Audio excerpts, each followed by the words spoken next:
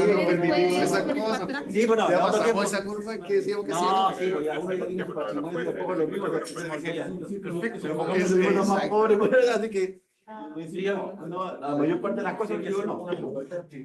Peje, no, las cosas que me entienden. Muy bien. Además, como me ha tocado mucho. Y que solo nos vemos, dice. Bueno, vale, ¿no? Sí, pues, lo mejor porque son clientes comprensivos. Obviamente comprensivo, claro, y más encima no tenía un niño. Pero qué gusto, ¿cómo está? No, brillante. Sí, sí, sí, vamos a...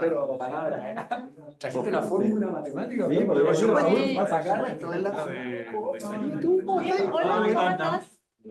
No, ya. Solo nos Solamente vemos por esas dos cosas, cosas, ¿cierto? digamos. Sí, vámonos. Pero no, sí, no, exactamente todas las cuestiones. No, vamos a hacer las Yo también. te dije, Sí, mira, habría sido una pérdida. No habría sido una puerta ya, a lo mejor. No, nunca sabe. Oye, pues, ahí eso, ganáis más. Oye, no ganáis más, pues saliendo tenéis más sí, porque ya, el primer año tenéis más dinero que un abogado. Yo soy materialista. Es demasiado tan económico.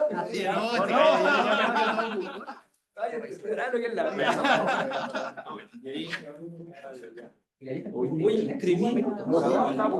La señora que está en la puerta en la entrada. Esta fue la primera señora superiora del Instituto Comercio. Llega como cualquier ¿Cómo ciudadano. escribimos? Entonces, para que uno... Tú estás viviendo aquí, ¿cierto? Estás viviendo aquí. Sí.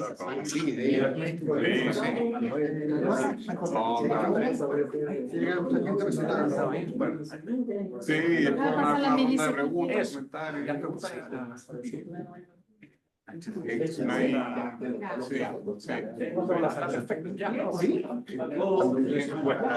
comentarios. Así que ya no se puede, sí. Muy bien.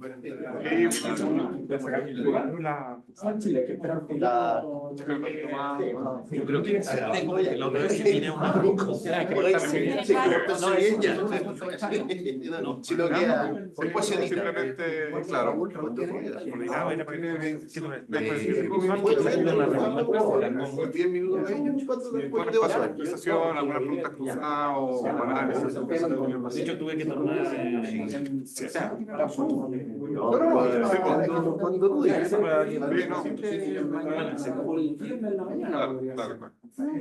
No, a las 7 deberíamos estar. O la otra que se subí, estamos arriba en lo que ¿Ya? Sí, absolutamente identificado. Tiene menos fórmula de lo que habría creído.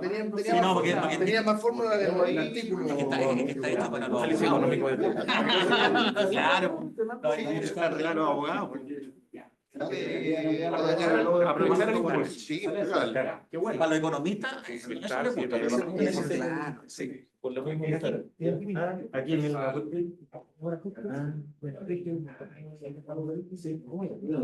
Oye, sobrevivo con alta dignidad. Se ve, se nota, por lo menos, mira. No es poco decir. No es una Vamos a celebrarlo todos los días cuando nos da cuenta. Sí. ¿Ah? Ah, bueno.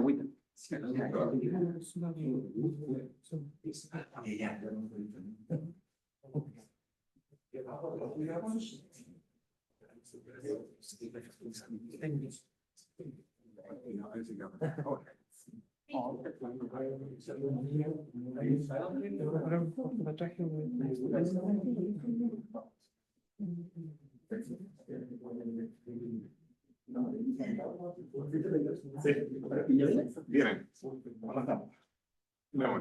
Muy bien.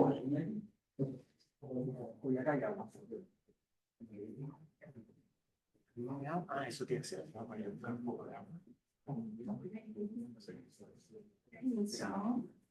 Hola, ¿qué tal? Gracias.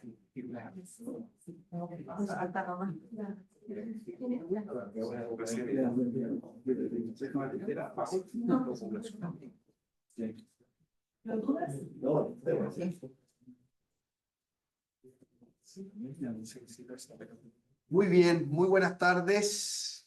Muy bienvenidos a esta sesión tan interesante respecto de un tema, diría yo, no solamente tan sugerente y estimulante, sino adicionalmente que tanto tiene todavía por aportar. Y que nos da la oportunidad, además de tener en esta casa, y eso el programa LLMUC hace particularmente contento, a un muy buen amigo, a quien hacía tiempo que no tenía la suerte de ver y por lo mismo se transforma en una oportunidad particularmente señera para nosotros. Muchas gracias, profesor Raúl Núñez, por acompañarnos hoy día. Tenemos una sesión que se va a estructurar sobre la base de una pequeña ponencia que va a hacer el profesor Núñez, con luego los comentarios de la profesora Mercado, del profesor Fernández y del profesor Frías. O algo Moderación. Siempre, Se va a moderar, ¿no? muy bien. Con la moderación del profesor Frías. Y por lo tanto me toca solo presentarlo. Y yo quiero simplemente decir primero, muchas gracias por estar aquí. Es una gran oportunidad. Uno siempre que habla del análisis económico del derecho se le vienen a la cabeza algunos episodios como muy señeros. Se me viene a la cabeza un libro de Charles Dickens, The Bleak House, la casa desolada. No sé si se acuerdan, pero discurre sobre la base de un juicio eterno, un juicio sucesorio, el juicio Jarndyce versus Jarndyce, en que, claro, hay un gigantesco patrimonio inglés involucrado y la Cancillería mantiene este juicio vigente por generaciones y generaciones y generaciones, y no se acaba nunca.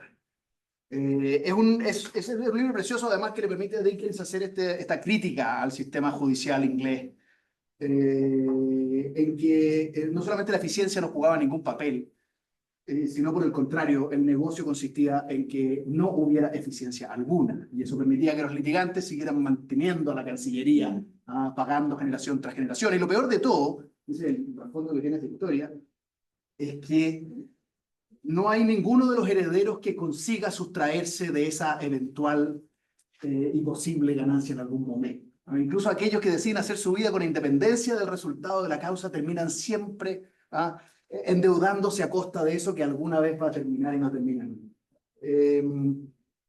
¿Por qué se viene a la cabeza esto? Porque cuando hablamos de análisis económicos del derecho, en que estas consideraciones respecto de expectativas, riesgos, incluso cálculos, costos y beneficios, están presentes, también nos acordamos que es, por así decirlo, una perspectiva que nos llega relativamente tarde.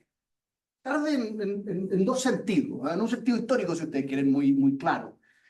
De alguna manera a nuestro sistema continental le faltó un Jeremy Bentham, le faltó un John Stuart Mill, que pusieran el consecuencialismo y eventualmente el utilitarismo, y nos dijeran, oiga, sabe que hay que sacar un par de cálculos antes de tomar algunas decisiones. Nosotros venimos de una raigambre, a veces se nos olvida, pero venimos de esa raigambre del derecho civil, que entendió a través de los glosadores y los posglosadores que el derecho estaba en alguna parte, ese corpus juris civilis, el derecho estaba ahí, y por lo tanto había que desentrañarlo, había que comentarlo, con él había que resolver casos, pero, y aquí me salto un par de siglos, pero claro, tenemos también al viejo Kant, quien lo entiende como un imperativo categórico, y por lo tanto ustedes comprenderán que cuando nosotros tenemos la idea de que el derecho y la justicia están en alguna parte, hay que desentrañarlo y después aplicarlo, y que además su aplicación es un imperativo categórico. Estoy pensando en nuestra tradición europeo continental. Por supuesto que el análisis económico del derecho cualquier consideración utilitarista y consecuencialista parece que tiene muy poco que decir. Y ese es el espíritu que históricamente ha alimentado nuestra manera europeo continental y luego a través del derecho indiano, como nosotros hemos entendido la aplicación del derecho e incluso la obtención de la justicia. Voy terminando, no se asusten con esta introducción. Pero al mismo tiempo, a pesar de que dije que era una dimensión tardía por dos razones. Primero, estas razones históricas, es decir, que de alguna manera nuestra tradición es muy poco receptiva a consideraciones consecuencialistas, utilitaristas y por lo tanto a este tipo de análisis. Y segundo, además tardío, por así decirlo, en la última milla. Es decir, básicamente, si nosotros tuviéramos que situar el surgimiento del análisis económico del derecho, probablemente algunos trabajos de la década del 60 ya mostraban cómo en el ámbito anglosajón esta era una preocupación relevante. En el ámbito europeo continental diría yo que bastante avanzado, los 92.000 empezó a ser una preocupación. Yo tengo la sensación de que más o menos cuando usted se estaba doctorando en la Pompeu Fabra, empezaron a aparecer estos primeros Ortiz de Urbina, estos personajes así, empezaron a levantar estos temas como una consideración relevante. Y eso que parece una desventaja puede ser al mismo tiempo una ventaja. Porque de alguna manera, cuando empezamos a preocuparnos por el análisis económico del derecho, y específicamente en una propuesta como esta, que tiene que ver con el análisis económico del derecho en el proceso, en la litigación, específicamente en los recursos, bueno, ha corrido bastante agua debajo del puente. Y de alguna manera no tenemos la obnubilación que sí tenía en la década del 60, en que parecía que habían encontrado la piedra Rosetta del análisis que faltaba, la piedra que faltaba. Y hoy día lo podemos mirar, por lo tanto, con un poquito más de distancia. Y el análisis económico del derecho, que tiene una perspectiva de mucho rendimiento, claro, tiene que competir un espacio con aproximaciones más sistémicas, más funcionalistas, más analíticas, y de alguna manera ofrece un instrumental muy útil para describir una dimensión. Que permite no solamente resolver casos, sino que adicionalmente diseñar políticas públicas. Es decir, tiene una serie de rendimientos muy interesantes. Y por lo tanto, tener al profesor Núñez aquí para que nos hable de esta perspectiva y los rendimientos que tiene específicamente en el sistema de recursos procesales civiles, y estando nosotros a puertas de abrir nuestra mención en litigación avanzada, cuyo coordinador además nos acompaña hoy día aquí en la tarde. Es por lo mismo un tremendo privilegio. No me extiendo más, muchísimas gracias. Le doy la palabra al moderador para que a partir de este momento usted se haga cargo de todo esto. Muchas gracias, profesor Piña. Les doy la bienvenida a todos ustedes esta tarde y sin más vamos a dar inicio a este interesante espacio de encuentro académico, este coloquio. Va a partir el profesor Raúl Núñez, quien va a hacer una exposición sobre el análisis económico del derecho desde el punto de vista de los recursos procesales civiles. ¿Ya? El profesor Núñez, bueno, él es doctor en Derecho de la Universidad Pompeu Fabra, él es director del Departamento de Derecho Procesal de nuestra hermana Universidad Pontificia, la Pontificia Universidad Católica del Paraíso. También es presidente del Instituto Chileno de Derecho Procesal y autor también de numerosas publicaciones, tratados, monografías en diversas materias vinculadas al proceso civil, dentro de las cuales se incluye en este último tiempo un interesante trabajo en materia de análisis económico del derecho con distintas publicaciones, y ahora va a hacer su presentación sobre el tema recién anunciado por un espacio de 25 minutos. Y luego serán los comentarios también de los profesores que van a seguir y que presentarán su oportunidad. Así que, adelante. Bueno, muchas gracias primero a la Pontificia Universidad Católica de Chile por la invitación y al LLE justamente. Además es un gusto volver a encontrarnos con Juan Ignacio. Nos conocemos desde la época del doctorado, a propósito de maestros comunes, el profesor Silva Sánchez.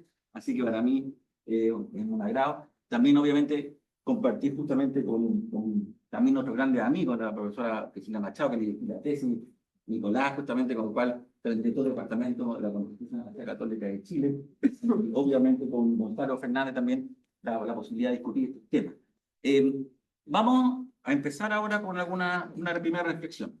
A ver, lo que yo voy a contar tiene que ver con dos puntos centrales. Uno, por un lado, tiene que ver con la idea de las políticas públicas y los problemas que presenta los recursos a nivel de Corte de Apelaciones, por un lado, específicamente centrado en la apelación, y por otro lado, una segunda parte que tiene que ver concentrado con los recursos en los tribunales cúspide, si ustedes quieren, Corte Suprema o Tribunal Supremo. Y en esa perspectiva vamos a hacer una comparación también de cómo se estructuran mirándolo de la perspectiva del modelo anglosajón y modelo continental. Todo esto cruzado por la línea del análisis económico del derecho. Una cosa tengo que decir yo antiguamente me consideraba dogmático, ahora antiguo yo era dogmático, hoy mi moderno es análisis económico, no creo solamente en los puros principios, creo que el análisis económico presenta una mirada útil que es sobre base de datos, y sobre base mucho más, a veces serias, que simple la dogmática que termina consiguiendo castillo en el aire, simplemente. Entonces yo creo que en ese sentido, el análisis económico te entrega una visión. Una cuestión fundamental es que la eficiencia es un lema de todas las reformas. las reformas que se hacen en todos los ámbitos, la eficiencia siempre aparece como incluso como el tópico, como la palabra o el título de la reforma. Eficiencia en el sistema procesal penal, eficiencia en el sistema procesal civil. Todo viene dado por la eficiencia. Incluso las leyes se llaman ley de eficiencia procesal. En la última ley española, a propósito, tenía ese nombre. Entonces, claro, uno se encuentra con la eficiencia como un concepto que aparece ahí, pero la verdad de las cosas es que para los juristas eficiencia es lo mismo que eficacia. La mayor parte de los juristas confunden esos conceptos. La eficiencia no es un concepto jurídico, es un concepto económico. De hecho, hay 3 premios Nobel de economía que se han escrito sobre lo que es la eficiencia y han ganado premios Nobel por eso. Entonces, claro, tratar de nosotros decir lo que es la eficiencia, si tenemos una ciencia que es hermana, que es la economía, que nos dice la eficiencia, me parece un sinsentido.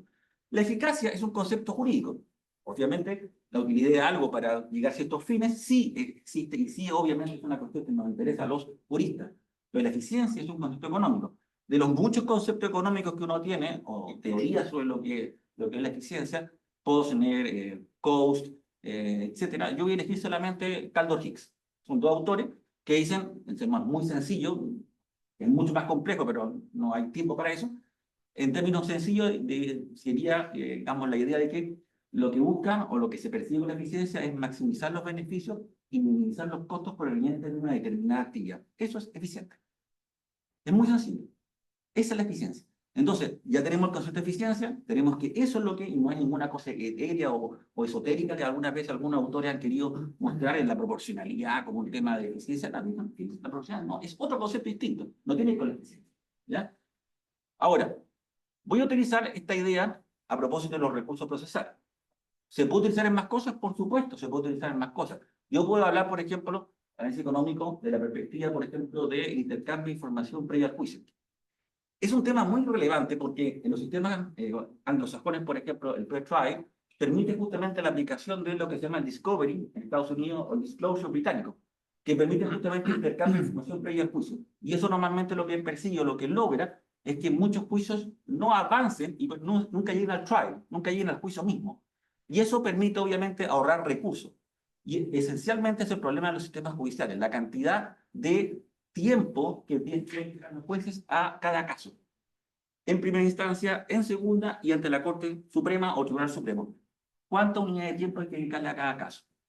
Si nosotros pensamos que es infinito y que nosotros vamos a invertir y crear tribunales como locos y meter todas las cosas al sistema, no hay ni incluso el sistema norteamericano, ni siquiera Estados Unidos puede pagar todos los abogados ni todo el poder judicial gigantesco que supone que debería ser en ese sistema. Incluso más, en el ámbito proceso penal, por ejemplo, la oportunidad es un ejemplo claro de un sistema que busca la eficiencia. Porque en el fondo, lo que hacen en el sistema procesal penal es elegir los casos. Se van seleccionando, cuenten lo que es más importante y algunos van sacando cosas para afuera, salida alternativa. Si eso pasa en el ámbito procesal penal, ¿cómo no va a pasar en el ámbito procesal civil? Que aún lo que está en juego, en este caso, no es la libertad ni la vida de las personas, sino que lo que está en juego es la vaca Flavia, en definitiva, Leticio y Casio. ¿Se dan cuenta, no? Entonces, es muy importante tener en consideración eso. Ahora, el punto de vista de los recursos, una cosa importante. Todos los estados, en general los estados, tienen que tener o destinar recursos para la justicia. La pregunta que uno tiene que hacerse ahí es, si nosotros vamos a destinar dinero para la justicia, tenemos que tener claro cuán eficiente es esa utilización de esos recursos en justicia. ¿Por qué? Porque tenemos una cantidad limitada de recursos y tenemos más necesidades del Estado. Multiplicidad de necesidades. Tenemos educación, salud, etc.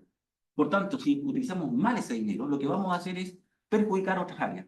Porque, insisto, el Estado solamente puede recibir aquello que le entregan los tributos, no hay más. Y hay que distribuirlo entre todas las necesidades del Estado. Dicho eso, obviamente es muy importante en países como Chile, que tienen digamos, una recaudación o vemos una cantidad de posibilidad de recaudar, digamos, fondos pequeña, tenemos que asignarlo de forma eficiente, o sea, lograr justamente maximizar los beneficios y disminuir los costos de una determinada actividad, en este caso, la justicia. Una cosa importante en el análisis económico, el derecho presenta 2 dimensiones, el análisis económico, digamos, positivo y normativo. En términos muy gruesos, uno puede decir que lo que estamos mirando eso es, si yo analizo el sistema con la luz de la eficiencia, el sistema en sí mismo, y ahí lo analizo y veo si es eficiente o no, o cómo crear un sistema eficiente. Con 2 miradas, como justamente lo mismo que pasa en la dogmática cuando de ley y gato ley diferente, es un poco lo mismo, eso es la idea que está detrás. ¿Ya? Mi discurso hoy va a ir por los 2 derroteros. Voy a hacer análisis económico positivo y normativo a la vez, ya sin distinguirlo, porque obviamente voy a hablar de repente del sistema como es ahora, y luego como me gustaría que fuera, en base a las políticas públicas, mirada desde el punto de vista económico, que es lo relevante. ¿Qué es lo que pasa en el sistema procesal? En general, siempre hay un equilibrio en análisis económico en derecho de dos costos. Por un lado tenemos los costos de administración del sistema, y por otro lado tenemos los costos del error. Ese equilibrio justamente es lo que hay que ver y lo que en definitiva está en juego siempre en toda visión del análisis económico del derecho, en este caso el derecho procesal. Ahora, si nosotros tenemos en consideración eso, hay que tener en cuenta, vamos a hacer algunas consideraciones generales. Primera consideración general, dimensión de beneficios que tiene el sistema de recursos, o el sistema recursivo. El primer beneficio que tiene es disminuir, en definitiva lo que se busca es disminuir el error. El error de la adjudicación, si los jueces son hombres, y los hombres se equivocan, obviamente que esto va a significar que puede haber error en la adjudicación, y por tanto, si se permite revisar una resolución, esto va a permitir disminuir el error. Hasta ahí bien, pero veamos otra cosa relevante. Lo primero que tenemos que ver, si vamos a destinar recursos, y queremos destinar recursos al sistema de justicia, tenemos que preguntarnos si la justicia civil, y los recursos en particular, querían un bien público o un bien privado. Un bien público, en definitiva, o los bienes públicos, son aquellos que trascienden a las partes litigiosas. Mientras que un bien privado es solo aquello que beneficia a las partes litigiosas. Si algo solo es considerado un bien público, o sea, un bien privado, el Estado no tiene que invertir en aquello, es una cuestión de particulares. No tendría por qué los dineros de impuestos ir destinados a eso. Si generan un bien público, obviamente que sí. La única forma que tenemos de ver un sistema procesal como un bien público, y esto es lo relevante, sería en la medida en que nosotros reconozcamos que la idea de la uniformidad es relevante. La idea de que, en el fondo, en la medida que el sistema reconoce la uniformidad, reconoce una interpretación que puede ser considerada como el 1545 del Código Civil tiene esta interpretación, va a permitir que las partes puedan prever a una especie así como de manual de lavadora, saber lo que va a pasar respecto a su caso. Si yo sé lo que va a decir y lo sigue la Corte de Apelación y que el juez de primera instancia lo va a seguir, yo voy a invertir en Chile, porque tengo obviamente la posibilidad y tengo la certeza de que si pasa la hipótesis 1545 se va a dar el resultado.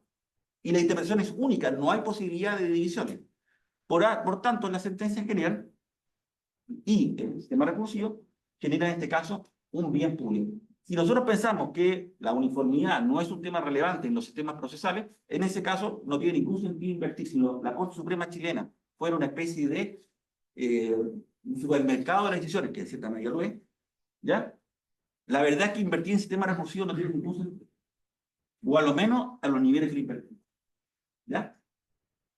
Lo segundo, también si podemos ver en una política de inversión en el sistema de justicia y el sistema de recursos específicamente, si podemos ver una política pública progresiva o regresiva. Tiene que ver esencialmente con esa idea de que si en el fondo toda esta inversión va destinada a quién, quién la utiliza. Si nosotros vemos que el sistema de recursos civiles solo lo utilizan personas de clase alta o de clase media alta, es regresivo. ¿Por qué tienen que pagar eso? ¿Por qué tenemos que pagar toda la utilización de, en este caso, no sé, Cencosud del sistema? Si en el fondo lo utiliza solo Cencosud, por ejemplo. Ahí sería regresivo. Progresivo en la medida en que se utiliza también por las clases más desposeídas. Por eso hay que mirarlo. Un análisis del sistema chileno puede decir que las capas más desposeídas chilenas no entran al sistema de justicia en general. Y eso implica necesariamente tener que ver que, en cierta medida, la inversión en el sistema de justicia es regresivo. Porque nosotros tenemos que incorporarlo. Y por eso es más importante el acceso a la justicia. De hecho, si nosotros metemos mucho dinero en los recursos, vamos incluso a impedir que se amplíe el acceso a la justicia. El acceso a la justicia es lo relevante, insisto, para poder invertir dineros públicos en eso. Por eso es que es muy importante esta dimensión del beneficio, estos dos criterios para tener en consideración. Pero también hay dimensión de costos. Los costos, desde el punto de vista procesal, son dos. Obviamente los costos no es solo aquello que gasta el Estado en los honorarios, remuneraciones de ministros, funcionarios o digamos que trabajan en las Cortes de Apelación, en la Suprema, arriendo, agua, luz, gas, sino que también los costos, en este caso, digamos, las costas procesales.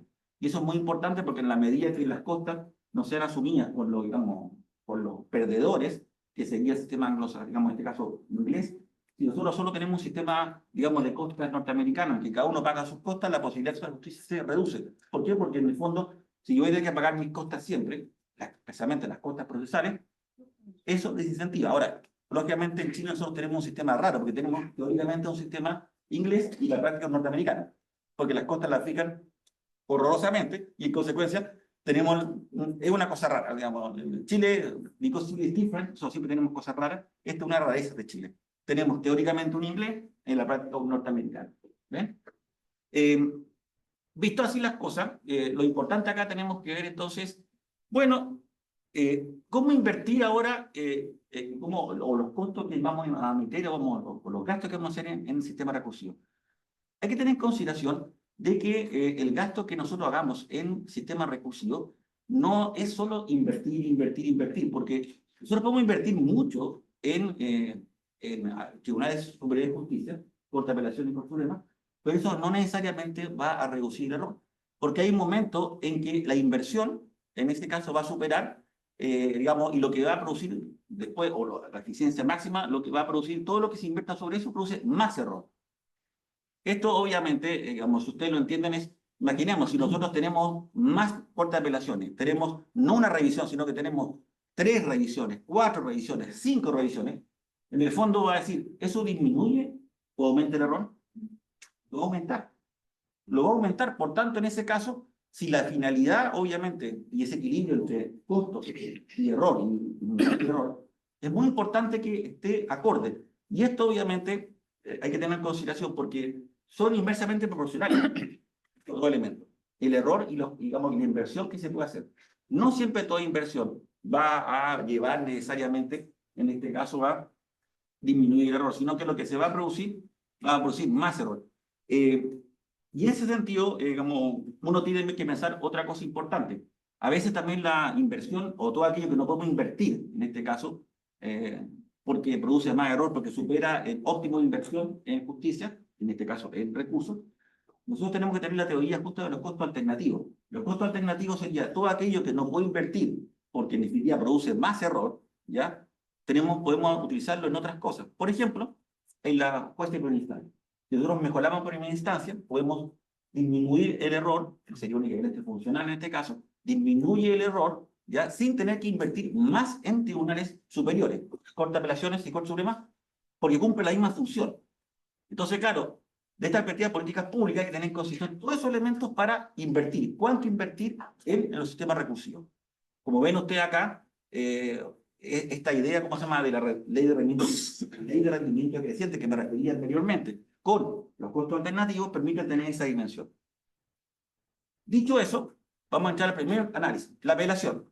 Punto número 1. A ver, mayor revisión afecta a la garantía del plazo razonable. Si nosotros pensamos que hay que revisar mucho las cosas, la verdad es que vamos a tener una sentencia que se va a dictar no en 2 años ni en 3 años, sino que en 15 años. Y eso es justicia denegada. Toda mayor probabilidad de revisión lo que va a llevar siempre a afectar la garantía del plazo razonable. O justamente, digamos, speedy trial, como dicen los americanos. Y esa perspectiva es muy relevante. Lo segundo que hay que tener en consideración es que la apelación en los sistemas anglosajones, en realidad, a pesar de que ellos, digamos, utilizan la palabra appeal y hablan de, digamos, de la Corte de Appeal, y el second appeal sería que nosotros conocemos como el recurso ante el Tribunal Supremo, ya de ellos, a la Corte Suprema de ellos. Lo importante es que en la práctica la apelación anglosajona funciona como una casación, no porque la estructura o porque la ley lo diga así, sino que simplemente porque la práctica de los tribunales anglosajones entienden que hay un principio de respeto del tribunal inferior respecto a los hechos. Los tribunales anglosajones no se meten en los hechos. La determinación de los hechos ya establecida por la autoridad de primera instancia. Por tanto, la apelación en los sistemas anglosajones es más bien lo que nosotros conocemos como una casación, pero por deferencia de los tribunales, no porque la ley lo diga. Teóricamente, un tribunal anglosajón podría hacer lo mismo, revisar los hechos y el derecho, pero en la práctica, por el principio de referencia, no lo hace. Entonces, a tener en consideración esa idea de lo que es la apelación. Segundo, en los sistemas pro apelación, en realidad los que proponen más apelación, incluso existen algunos países en los cuales existe una garantía en la propia Constitución que dice que hay derecho a la apelación. Estoy pensando, por ejemplo, en Rumania, estoy pensando en Polonia, en que la Constitución aparece ese derecho al recurso de apelación. En realidad, fíjense ustedes, todos los países pro apelación, la mayor parte de ellos son antiguos países de la órbita socialista. ¿Será porque la apelación refleja un poco el sentido, podríamos decir, de burocracia, de estructura burocrática? Porque en el fondo es eso. todo se revisa nuevamente, hecho y derecho. Y eso es muy interesante porque los sistemas, a su vez, que nosotros diríamos de apelación limitada, son los anglosajones. Los sistemas anglosajones ponen una serie de trabas para la apelación. La apelación en realidad es una casación y la práctica está disminuida, no se reconoce ni siquiera como un derecho, digamos, al recurso. De más está decir que los sistemas anglosajones, la idea del derecho al recurso, se entiende solo en materia penal y en materia penal solo respecto del imputado, nunca respecto del Ministerio Público, porque si no, harían juego con la idea que tenían ellos justamente de double jeopardy, que efectivamente el Estado solo tiene una oportunidad de ponerte el limbo, el bien y el mal. Por tanto, esa perspectiva muere la posibilidad del Ministerio Público si se obtiene la absolución, salvo que el Tribunal del Jurado se haya equivocado en algunos aspectos formales, y en ese caso es como una especie de casación, digamos, y puedo decir porque las instrucciones fueron malas, etcétera, pero eso no, pero ellos son muy, de la perspectiva, estamos hablando de que queda liberado el imputado si obtiene su absolución en el juicio. No hay, en este caso, no hay recurso por veamos algunas cosas relevantes también respecto de la duración de los procesos de apelación en Europa del Norte y de Europa del Sur. En los países, podríamos nosotros decir, de Europa del Norte, que son los países que tienen una apelación más limitada, la apelación se demora alrededor de, entre que se presenta y se falla, de 4 meses a 8 meses. En los países, digamos, mediterráneos, la apelación va entre los 3 años a los 6 años, pues, caso italiano. ¿Ya? Y si ustedes se dan cuenta, eso es una cantidad de tiempo increíble. Ya, bueno, en Chile estamos en ciertas cortes importantes, estamos en 1 año o 2 años, ¿no? A propósito de la apelación presentada. Eso demuestra a usted que eso es tiempo que se pierde, totalmente. ¿Ya? Hay que tener cosas que, y otra cosa importante, a pesar de que yo comparto la idea del case management, la posibilidad de gestionar de los casos, que creo es muy importante, que los jueces puedan gestionar los casos y por tanto establecer el mejor track para cada caso para poder avanzar más rápido. Si yo logro disminuir los tiempos de apelación en el sistema continental a través del case management, o sea, de la gestión de casos interna, a través ya sea, por ejemplo, de unidades especializadas como tenemos en materia de protección, etc., eso no soluciona el tema de la cantidad de ingresos. ¿Por qué? El humus económico. Imagínense ustedes, le dicen, oye, ¿tenemos alguna posibilidad por la apelación? No, ninguna. ¿Cuánto dura la apelación? 2 años. ¿Sabe, abogado? No la presente. Segunda, veámoslo, un sistema con case management, gestión de casos, se demora menos. Oiga, ¿cuánto dura la apelación? 4 meses. ¿Hay una posibilidad de ganarla? No. Bueno, igual, 4 meses. Lo pagan. ¿Por qué? Porque obviamente en ese caso, la misma posibilidad, digamos, se le hace más apetitosa, en ese caso, desde el punto de vista, digamos, al litigante. Por eso que es necesario tener un sistema de selección de casos. Y acá vengo a la parte dura de mi discurso. Yo soy partidario de un sistema de selección de casos en materia de apelaciones.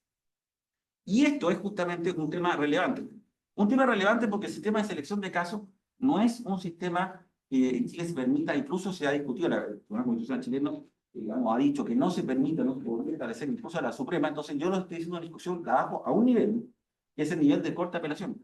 ¿Es posible introducir un sistema de selección de casos que permita, con el case management, disminuir los tiempos? Lo más importante para ustedes es, lo que importa acá es la cantidad de tiempo, unidad de tiempo que el ministro o los ministros le pueden tener a los casos difíciles. Y segundo, la idea de la apelación por apelación, o sea, el derecho al pataleo, no es un derecho, no puede entenderse que la apelación sea un derecho al pataleo. Todos podemos apelar por un peso. Por un peso moverla, porque existe agravio. ¿Tiene sentido mover todo el sistema de apelación por un peso? Ahora que está devaluado, peor el caso. Es como, no sé, no vale nada el peso. Yo lo podría mejor en $1, 1.000 pesos. Pero en el fondo ese es el punto. Fíjense ustedes que uno podría pensar, bueno, el profesor está diciendo esto, digamos, pero en el fondo eso no viene en ningún país. Sí, el Procedural Rules británicas. Estas sí, Procedural Rules británicas, que son para Inglaterra y Gales, establecieron ciertos requisitos para la apelación. Número 1, permiso para apelar. Para apelar, tú le pides permiso al tribunal de instancia, y el tribunal de instancia te lo va a otorgar haciendo una prognosis si tu causa o si tu caso tiene alguna posibilidad de ser acogido. Número 2, Restricciones para la revisión de los hechos probados por el juez de instancia, en especial los derivados de la prueba de testigo. No se puede revisar la prueba de testigo en los tribunales ante la apelación ciudadana anglosajones en la circunstancia británica. Restricción a la introducción de prueba nueva. Solo y cuando se pueda acreditar de que esa prueba nunca se tuvo a la vista, que nunca la había visto y que por primera vez aparece. Y se prueba eso. No es como en Chile que yo llego y puedo aparecer en segunda instancia con un instrumento que nadie la vio, lo tengo guardado, pero ¡oh, aquí está el instrumento! Ante la vista de la causa. Eso es trampa. Eso es mala fe procesal institucional. ¿Cómo es posible que yo pueda llegar con un instrumento ante la corte que lo tuve, ni me pregunta si lo tuve, cuándo lo tuve, sino que directamente? Eso es mala fe institucional. No, digamos, es peor que la mala fe, digamos, porque lo permite el sistema. Deferencia sobre el juicio de hecho. El tribunal de primer grado no puede revisar los hechos. Y no lo puede revisar los hechos porque, en el fondo, quien está en contacto con los hechos es el tribunal de instancia. Y eso lo tienen a rajatabla, justamente. Salvo casos gravísimos. Y obviamente, y rechazo revisión de los casos puramente académicos. O sea, no basta simplemente porque es que este caso es muy importante para la academia. Mire, ¿sabe qué? Por un peso no vamos a mover. Da lo mismo, váyase a hacer un doctorado sobre esa otra parte. No me moleste del tribunal. ¿Ya? Quizás en Oxford le van a aceptar. Aquí no. En la Universidad de Oxford. Pero claro, ustedes me dirían, pero eso es anglosajón. Bueno, Alemania no es un país anglosajón. Alemania es un país que siempre hemos tenido a la vista, que nosotros pensamos en muchas áreas, el derecho penal, digamos, es el non plus ultra, y hay que tener siempre en consideración su dogmática, ¿ya? Y el proceso penal también. Veamos lo que hizo los alemanes. Acuérdense una cosa, el sistema original de la apelación alemana, de la Civil Process Ordnung alemana de 1877, es lo que se conoce como la apelación amplia. La apelación amplia permitía introducir nuevos hechos, nuevas partes, nuevas pretensiones. En realidad era un segundo primer juicio. Esa es la idea. Contra el sistema austriaco, que era la apelación restringida, que en realidad solo se podía apelar respecto de lo que había producido o la sentencia de primera instancia, y respecto de los hechos que eran discutidos en primera instancia. Y no podía haber prueba nueva, no podía introducir nuevas partes, ni pretensiones, ni esas cosas. ¿Cómo ha cambiado Alemania? Mucho ha cambiado Alemania de esa época. Número uno, los cambios se producen con la reforma del 2001. ¿Qué dice la reforma? Reforma el parágrafo 522 de la ZPO alemana. ¿Qué dice? En términos generales, dice lo mismo que nosotros, que tiene que, se va a la revisión que se haga de la apelación, si se interpuso dentro del plazo, si se interpuso, como se llama en este caso, por resolución apelable, si, vamos, tiene fundamento de derecho, lo mismo. Pero miren lo que agrega después. Número uno, si la apelación tiene posibilidad de éxito. Se la pueden rechazar si no tiene. Número dos, si el litigio no tiene especial relevancia. Número tres, si la formación del derecho o el aseguramiento de una jurisprudencia unificada no exige una resolución del tribunal. Eso se llama selección de casos. Lo mismo que los ingleses. ¿Se dan cuenta, no?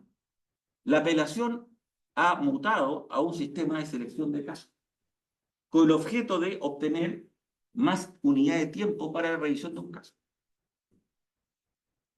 Así pues, la fórmula que está aquí, en la zona izquierda de la ecuación, se encuentra representado el incremento en el beneficio social de la apelación, si está a mitad, mientras que el sector derecho, la ecuación se ubica el costo del proceso de apelación, que está compuesto por dos partes, está por dos, ¿ya? ¿Cuál es mi propuesta? Mi propuesta sería una apelación de ser admitida, la tramitación, sí, solo sí, el beneficio social del proceso de apelación es superior o igual al costo que implica el procesamiento de la apelación. En términos de lógica formal, sería así. ¿Y cuál es la propuesta mía de ley ferenta? Habría que introducir una norma que diría que el tribunal que conozca de un recurso de apelación podrá, por unanimidad de una sala legalmente constituida y en cuenta, declarar inadmisible el recurso. Y ocurrirá cuando los recursos que pretendan un cambio de decisiones adoptadas por tribunales superiores sobre el conflicto en cuestión carezcan de fundamento suficiente para justificar ese cambio. O sea, con eso termino con todas las apelaciones que son brindis al sol o que van contra una opinión generalizada, mayoritaria de la Suprema y que la Corte de Apelación le respeta y en la cual simplemente van a chocar directamente con ella. Todo eso no se ve. Simplemente no entra ni se ve, se desecha. ¿Entiendes? Una cosa importante, ¿cuántas causas ve una corte de apelación por ejemplo, en Países Bajos? Por día, 3 causas. 3.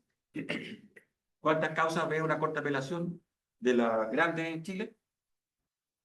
Por lo menos 15. Estamos hablando primero de la tabla ordinaria, pero la tabla ordinaria tenemos la protección de protecciones, tenemos cómo se llama todo, ¿no?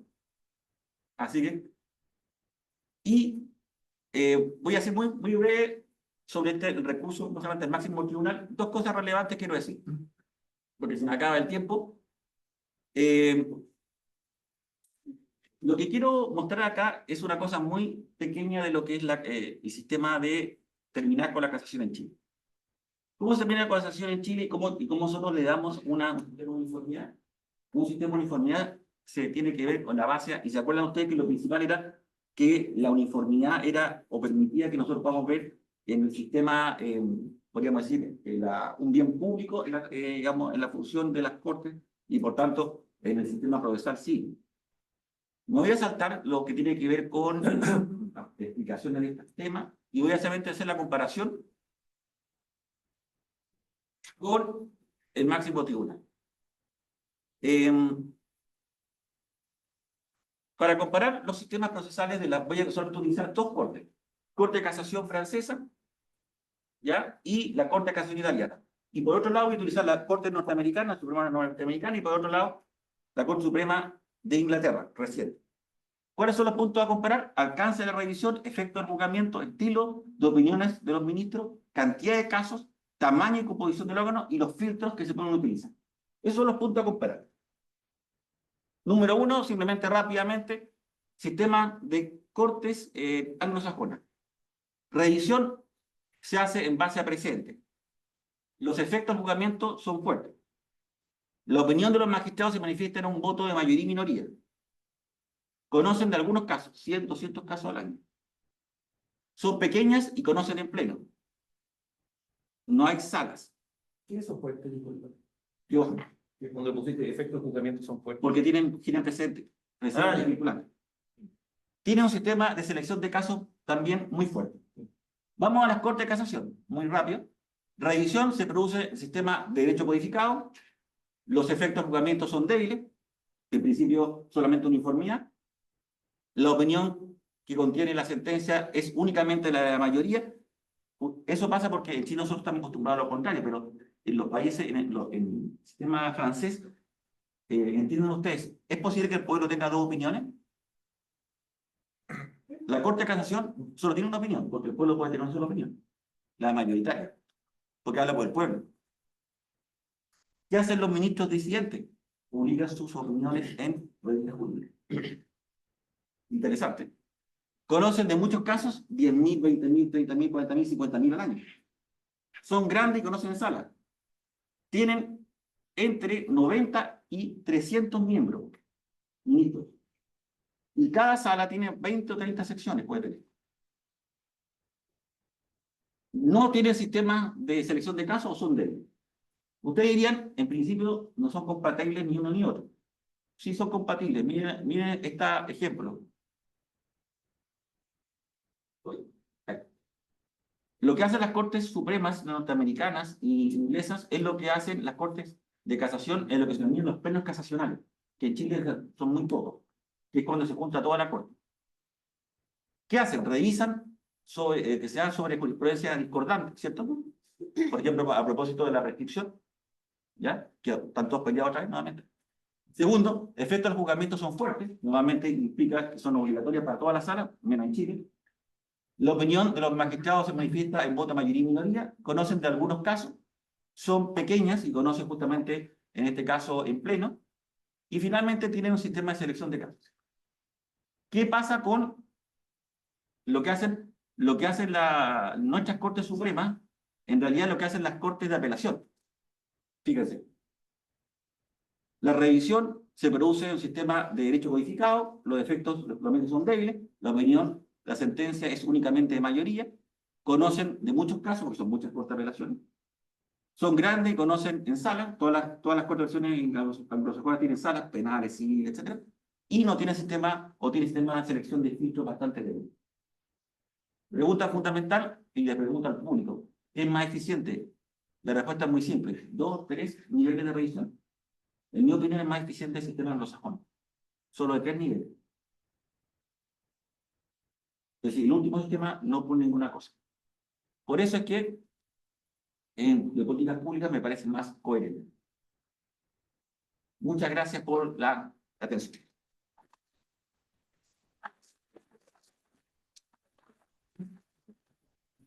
Muchas gracias, profesor. A continuación sigue el profesor Gonzalo Fernández. Gonzalo es abogado de esta casa de estudios, tiene un magíster en Derecho de la Universidad de Harvard. Es profesor del Departamento de Derecho Privado desde hace bastante tiempo, digamos, un gran profesor de nuestra facultad. También, como anunció el profesor Piña, el coordinador de la nueva mención en Derecho Procesal Avanzado y Litigación del Magíster en Derecho, el LMUC, quien además cuenta con vasta experiencia en materia de litigación, de arbitrajes, tanto en sedes internacionales como nacionales. Entonces ahora, profesor, tiene usted sus 10 minutos para comentar la ponencia. Muchas gracias, Nicolás. Bueno, en primer lugar, agradecer la invitación al LMUC, al Departamento de Procesal y digamos, al nuevo curso de reforma o Departamento de Reforma al Sistema Procesal Civil que están, digamos, patrocinando este conversatorio. La idea es que podamos hacer en estos minutos algunas reflexiones sobre la interesante exposición del profesor Núñez. Y aquí, a medida que yo lo escuchaba, volví un poco al aula. Análisis económico del derecho para mí significaba volver al año 98, cuando hice mi LLM en Harvard, y justamente tuve en algunos cursos con el profesor Steven Chabel, citado ahí en el libro, y uno de los grandes autores de Law and Economics, de derecho, digamos, análisis económico del derecho.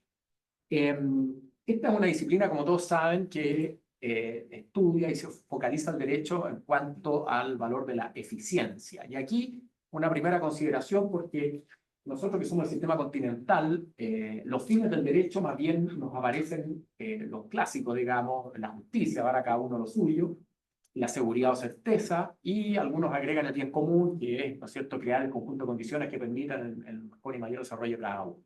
Esos son en general, se aceptan como fines del derecho. La eficiencia es una cuestión que de alguna manera no está tan asentada en nuestro sistema civil, pero justamente esta es la gracia, digamos, de estos conversatorios, que uno puede ir incorporándolo en la mesa. La idea mía es poder aportar desde la perspectiva del arbitraje. Hacer algunos comentarios, pero en base a la experiencia que yo tengo como litigante y como árbitro en más años de los que quisiera, a esta altura, en 30 años, digamos, para ver cómo el valor de la eficiencia se aplica en el arbitraje, ¿ya? Y ahí tenemos que partir señalando algunas características del arbitraje que son pacíficas, en el sentido de la especialidad, por ejemplo. Todos saben que en materia de arbitraje uno puede elegir a alguien como árbitro que va a resolver, digamos, con conocimiento técnico la controversia, la flexibilidad procedimental, la autonomía de la voluntad. La confidencialidad también se señala como una característica del arbitraje. Y por último, que es lo que aquí nos convoca, se señala que es eficiente. Y eso es lo que vamos a tratar de conversar ahora, a ver si eso es efectivo o no. Podemos entrar en clasificación del arbitraje, que hay varias: institucional, ad hoc, institucional a que administra una entidad, digamos. Puede ser nacional o internacional, según donde sea la sede. Nosotros tenemos la ley 19.971, que regula el arbitraje comercial internacional, pero también está el arbitraje doméstico. Por último está el arbitraje de inversión, en que tenemos a un inversionista que va a demandar a un Estado receptor de la inversión, típicamente el CIADI, y el arbitraje comercial, ¿ya? Esos son los criterios de clasificación. Hoy día nos vamos a focalizar en esta conversación básicamente en el arbitraje institucional, ¿ya? No en el ad hoc, y comercial o civil, no en el de inversión. Bueno, algunas reflexiones preliminares enlazando con el tema. Y en la eficacia dice relación, ¿no es cierto?, con el menor costo o con el mayor beneficio. Y si analizamos nosotros un poco la estadística que tenemos a la vista en materia de arbitraje, tenemos que el CAM Santiago, que es la principal institución arbitral chilena, publicó las estadísticas, y el año pasado, la estadística del año 2024, señalan que la duración de un arbitraje administrado por el CAM Santiago en Chile es de 20 meses, desde que se presenta la solicitud de arbitraje hasta que se dicta el fallo. 13 meses si es que termina por, digamos, un método distinto a lo que sea un laudo, que es más breve, ¿ya? Estamos hablando de 20 meses para que lo tengamos arriba de la mesa. Por otra parte, si nos vamos a las estadísticas de la ICC, que es la principal institución internacional de arbitraje, el promedio aquí es un poco más extenso, 26 meses. Pero hay que considerar que la ICC contempla un procedimiento de escrutinio previo de los laudos. No hay ningún laudo que salga de la ICC si no ha sido previamente aprobado por la Corte Internacional de Arbitraje de la ICC. Eso, por lo tanto, agrega un periodo de tiempo. Ahí tenemos ya una cierta estadística sobre cuánto dura un arbitraje. Vámonos ahora, es difícil cuantificar un juicio ordinario, pero a todos nos suena que un juicio ordinario en Chile, en promedio, toma unos 6 o 7 años desde que comienza hasta la última instancia, hasta la Corte Suprema.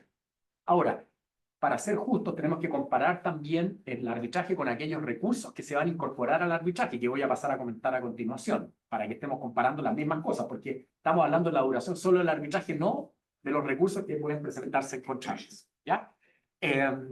Aquí dos consideraciones previas también que creo que son relevantes, y que se habla que en general el arbitraje es más caro que la justicia ordinaria. ¿Y por qué? Las consideraciones son que obviamente están los honorarios del árbitro y también está la tasa administrativa de los centros arbitrales. Y eso es efectivamente así. Pero también hay que considerar que el principal factor que incide en los costos es justamente el tiempo. ¿Por qué? Porque un juicio, aunque sea ante tribunal ordinario, si dura mucho tiempo, puede significar para las partes mayores costos en abogados. Algunos todavía cobran por hora, por lo tanto puede hacer que esto sea el tarifario sea muy alto, digamos. También requiere recursos para los litigantes estar mucho tiempo litigando la presentación de la prueba en los escritos fundamentales, y además hay un factor clave que es para la persona que está litigando, implica mucho tiempo que tiene que estar destinado, energía a veces de las empresas, de sus, digamos, representantes o empleados, a esto. Y eso tiene un valor económico. Y por lo tanto, si nosotros insertamos ese valor, esta afirmación de que el arbitraje es más caro que la justicia ordinaria no es efectiva en todos los casos. Hay que replantearlo. Esto yo lo señalé en un artículo que escribí en un libro de homenaje a don Patricio Bellico, el gran, digamos, autor en materia de arbitraje en Chile, el año 2007, ya como una tesis que hay que tener ahí con un signo de interrogación. Y por otra parte también considerar que es relevante el tema de eficiencia lo que dice en relación con la distribución de las costas, no de los costos, sino de las costas. ¿Por qué?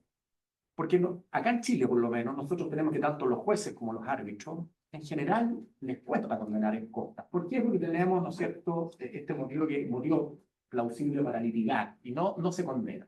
E incluso cuando se condena en Chile, las cantidades a las que se condena son completamente formales o nominales. O sea, a veces uno ha litigado años de años, cuesta 500.000 pesos, una cosa que uno dice, esto no compensa realmente el gasto en que se ha incurrido. Aquí hay que considerar y tener presente que en materia internacional, en cambio el arbitraje internacional, sí se tiende a compensar el valor real. Y tenemos los arbitrajes ICC, por ejemplo, al final, el último escrito uno presenta cuánto se gastó en abogados, en peritos, todos los costos.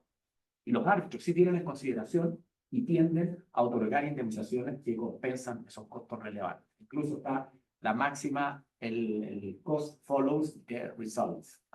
El costo sigue el resultado del juicio y no tiende a asignar de esa manera. Para enlazar con lo que expuso el profesor Núñez, vámonos al sistema recursivo y preguntémonos si el sistema recursivo en cuanto a arbitraje en Chile es eficiente o no. En primer lugar, en arbitraje doméstico. Aquí tenemos el artículo 239 del Código Orgánico que señala que en contra de una sentencia de un tribunal arbitral proceden los mismos recursos que si los recursos en contra de una sentencia dictada por un tribunal ordinario. Salvo, dice el propio artículo, que las partes hubieran renunciado a los recursos. Y en Chile, en una inmensa mayoría, cuando se pacta arbitraje, las partes renuncian a los recursos. El artículo 43 del reglamento CAM, de hecho, si uno pacta el reglamento CAM, automáticamente está renunciando a los recursos. Obviamente puede hacer reserva de eso, pero el default es ese. Y tenemos que, para tener una referencia de las estadísticas CAM de 211 laudos que se dictaron el año pasado, solo hubo 17 apelaciones respecto de ellos. O sea, estamos hablando de un 8% más o menos del total. O sea, en Chile, en general, el arbitraje es en única instancia. Y eso uno podría decir es bueno o malo, se respeta la autonomía y la voluntad de las partes, pero además hay que considerar que se ha elegido, se supone, a un especialista en el tema, que es el árbitro. Por lo tanto, el riesgo, digamos, de que uno puede decir, a diferencia de la justicia ordinaria, que no es necesariamente especialidad, aquí es distinto, para que lo tengamos en consideración. Bueno, si se ha pactado arbitraje en única instancia, o sea, se han renunciado todos los recursos, ¿en Chile procede el recurso igual? Y la respuesta todos sabemos que sí, porque en Chile tenemos un sistema de recursos que son irrenunciables. Uno de ellos, el recurso de queja, todos lo conocen en el Código Orgánico de Tribunales, 549, y también tenemos la casación en la forma por ultrapetita o incompetencia. Quedémonos por el recurso de queja. ¿Por qué? Este recurso, que tiene por objeto, digamos, corregir resoluciones judiciales o sentencias, en este caso, que se han dictado con grave falta o abuso, de carácter disciplinario, que en Chile se trató de restringir años atrás, en la práctica, al día de hoy, tenemos que se ha transformado en muchos casos como una especie de apelación encubierta. O sea, años atrás hice en contra de recurso de queja, en contra de un árbitro, una cosa nunca vista. Ahora, todos, o sea, no hay ningún árbitro en Chile que no se haya ido a recurso de queja y son muy, muy frecuentes. Pero la pregunta relevante es entonces, ¿cuál es la actitud de los tribunales chilenos en relación a estos recursos de queja? Y aquí creo que la respuesta es bastante satisfactoria, porque si uno analiza las estadísticas, en general, las cortes de apelaciones tienden a ser deferentes con los árbitros y se rechazan la gran mayoría de los recursos presentados. Las estadísticas CAM, de nuevo, que son las más, digamos, acabadas en esta materia, el año pasado, el 2024, hubo 69 recursos de queja en contra de laudos arbitrales dictados por árbitros del CAM Santiago y solo se acogieron 3, o sea, menos de un 5%. Esos son los datos puros y duros. Es más, la Corte de Apelaciones, la mayoría obviamente ha sido en Santiago, por lo tanto analicemos la jurisprudencia de la Corte de Apelaciones de Santiago, ha sido consistente en decir que este recurso no es una instancia y por lo tanto aquí no deben discutirse cuestiones de interpretación contractual o de valoración de la prueba. ¿Ya? Eso es súper importante. Entonces tenemos que en el arbitraje doméstico, objetivamente, pareciera que es eficiente. ¿Cuánto se demora un recurso de queja? Además, por el tema de tiempo, estamos hablando de un promedio entre 6 meses a un año, promedio más o menos se resuelve. O sea, no es tan largo, obviamente podría ser menor, a veces se fallan rápidamente, pero eso es un poco largo. Y rápidamente vámonos ahora al tema del arbitraje internacional. Aquí tenemos la Ley de Arbitraje Comercial Internacional, la 19.971, que establece en su artículo 5 el principio de mínima intervención de los tribunales ordinarios respecto al arbitraje internacional. Y uno de los casos de intervención de los tribunales arbitrales es justamente la nulidad, que está contemplada en el artículo 84 de la ley. El recurso o la acción de nulidad se señala que es el único remedio que procede contra un laudo comercial arbitral internacional. Y ese artículo habla de solo procederá, solo, esa es la expresión. Aquí hay que reconocer que los litigantes chilenos, como en todas partes del mundo, han sido muy creativos y por lo tanto han ejercido todo tipo de recursos en contra de sentencias arbitrales internacionales.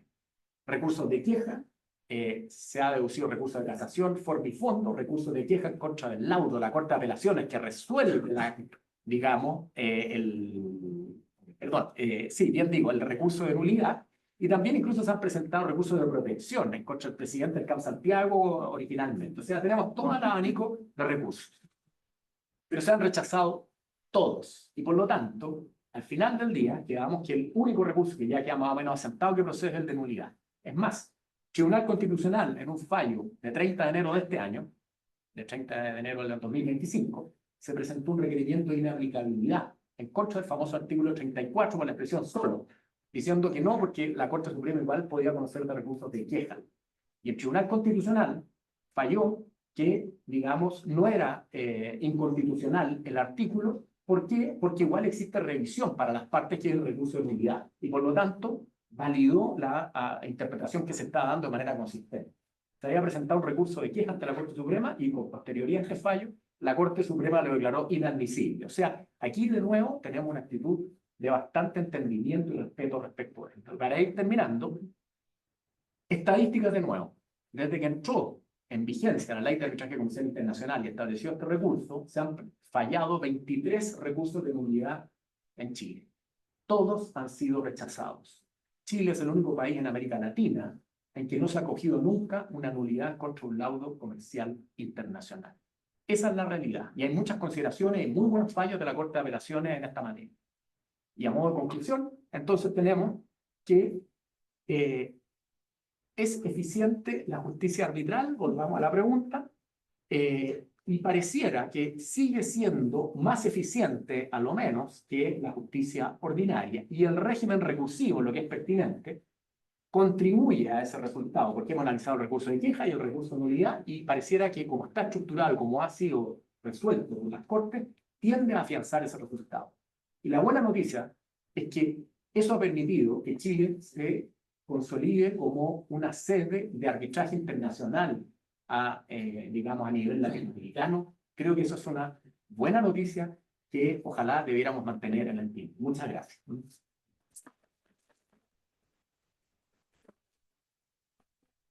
Muchas gracias, profesor. A continuación, toca el comentario de la profesora Priscila Machado. Priscila es profesora del Departamento de Derecho Procesal de nuestra facultad, una completa, se incorporó hace 1 año y medio aproximadamente. Ella es doctora en Derecho de la Pontificia Universidad Católica de Valparaíso y cuenta también con diversas publicaciones y trabajo vinculado a distintos temas procesales, de cosas juzgadas, también de funcionamiento de los tribunales superiores de justicia. Así que, Priscila tiene sus 10 minutos. Gracias. No puedo felicitar al profesor Raúl porque sería feo felicitar a mi profesor, pero y voy a hacer una exposición mucho menos sofisticada que el profesor González.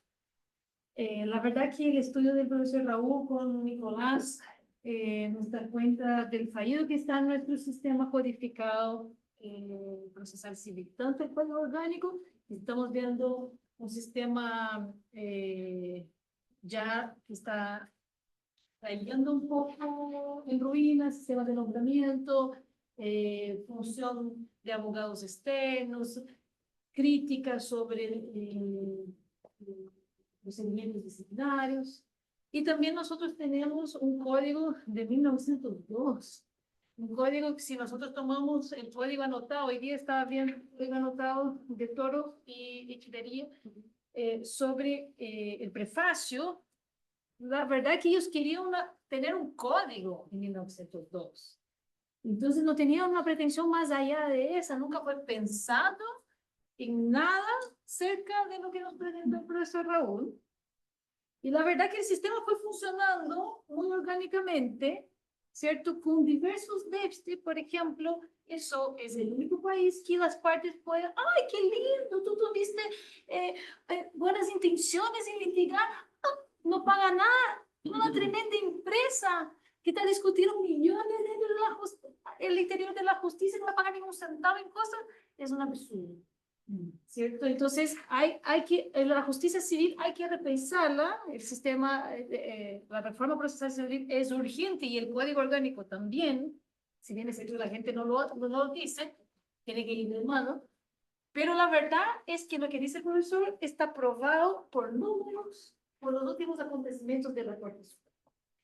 Hasta 2023, la Corte Suprema era una corte de protección, no era una Corte Suprema de casación, porque los fallos, la tramitación, los ingresos y materia de apelación en recursos de protección superaba en mucho. Y toda la gente puede decir, era por cuenta del caso ISAPRE.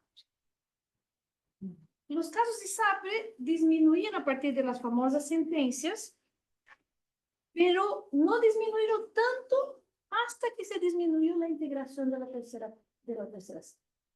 Entonces, nosotros tuvimos una disminución grande de ingresos de apelaciones en tramitado. Y al cambiar la integración, cambiaron los criterios y hoy día en tramitación hasta 2024, 3.000 y tantas apelaciones. Pero de ingreso de apelaciones, 49.000. Quiere decir que la Corte simplemente cerró la puerta y orgánicamente, no institucionalmente, como sería necesario por una reforma procesal, hizo lo que el profesor está haciendo por un cambio de criterio de la tercera sala. Entonces, en definitiva, hoy día nosotros podemos decir que estamos mucho más próximos de un sistema de restricción y volvimos a hacer una corte de casación, porque hoy día la tramitación de casaciones es superior, muchos años no era bien inferior hasta incluso que amparo. Entonces, eso muestra que, en definitiva, la restricción del ingreso de las apelaciones mejora mucho el funcionamiento de la Corte. La Corte Suprema tramitaba 124.000, 149.000 del año causas. Hoy día llega a 50.000 causas. Eso es un cambio de 1/3 de su volumen. Entonces, eso es algo relevante. Es algo relevante. Y también tiene las otras mañas del sistema, ¿cierto? Las cortes de apelación, también la Corte de Apelación de Santiago, tienen un atraso de hasta 2 años en promedio, por eso que se abrió la 13ª, la 12ª y 13ª sala. Y, en definitiva, los abogados hoy día hacen apelación, o sea, interponen apelaciones a todo evento de la resolución que recibe la cosa prueba, para que cuando apele de la sentencia definitiva la pueda acumular y verse más rápido. Entonces, hoy día hay un ingreso de apelaciones para hacer un remedio al sistema para que se pueda ver la apelación de la sentencia definitiva. Entonces, esos vicios del sistema que hoy día están presentes dejan claro la necesidad de una reforma procesal civil, ¿cierto? Si uno se da cuenta, yo soy muy crítica de las sentencias de Safre, tengo artículos publicados sobre eso, pero hay que reconocer una cosa, el embudo que puso el freno, que puso el ingreso abusivo de causas a la Corte Suprema por vía de esas apelaciones de improtección, ha generado un efecto en definitiva de restricción de ingresos de plazo. Y uno ve que el sistema funciona, nadie se ha alarmado, no hay protestas en la calle por no haber cambio en la posición de la tercera sala. Y posiblemente ahora va a funcionar, creo que entonces es cierto que lo que dice está aprobado en números aquí por la página del estudio y número. Gracias. Perfecto.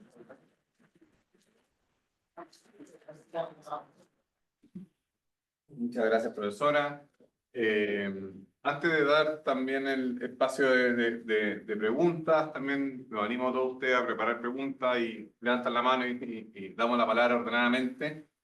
Quisiera hacerle una pregunta al profesor Núñez, agradeciéndole su exposición, pero una pregunta para empezar la conversación.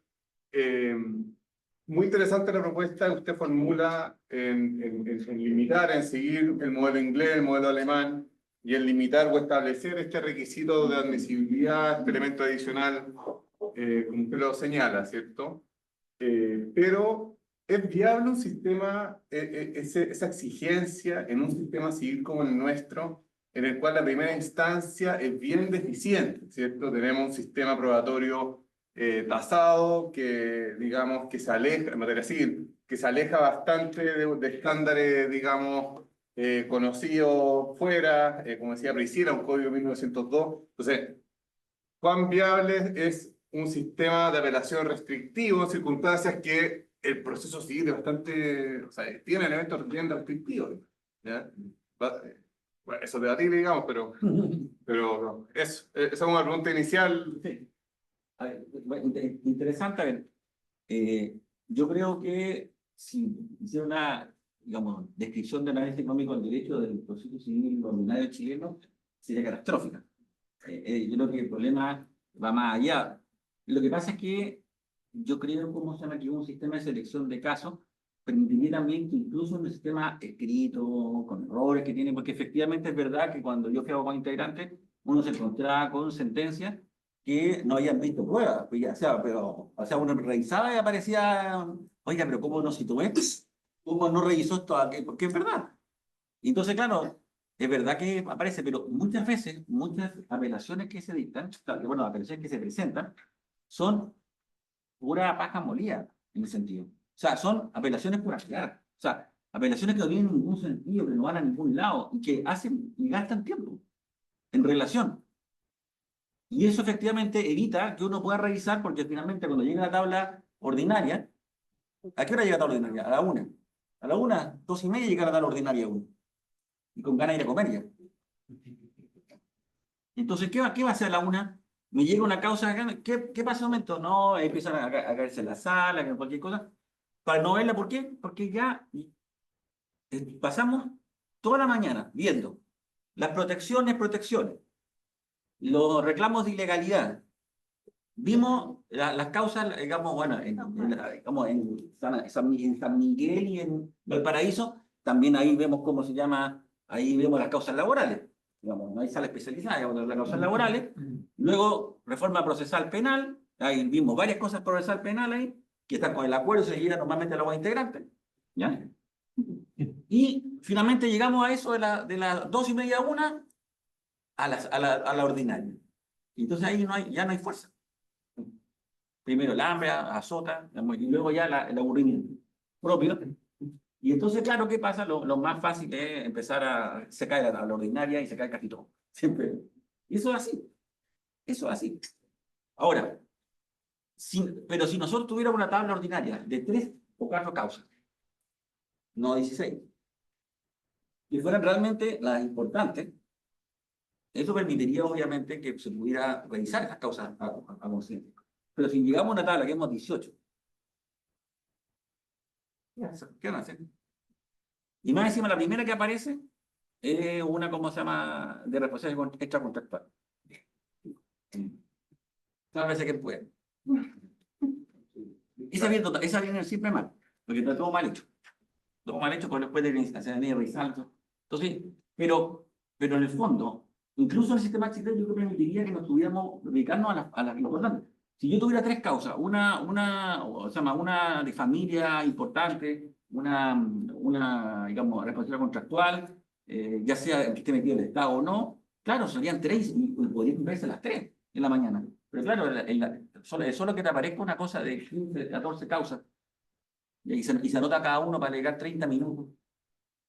Claro. Porque está la casación en la forma. Bueno, en todo caso, que todos sabemos perfectamente que la casación en la forma es un dead man walking. La casación en la forma ha ido desapareciendo en la práctica, en las cortes apelaciones.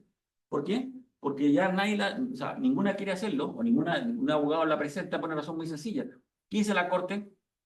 Dice la corte, bueno, como se puede salvar el vicio, digamos, por otra forma, aplicamos apelación. Y listo. Entonces, al final, todo el trabajo de hacer la casación en la forma no sirve para nada, porque la corte no la va a ver. Porque dice que el vicio se puede subsanar por otra forma. ¿Cuál es? La apelación. Porque es más fácil hacer una apelación que una casación.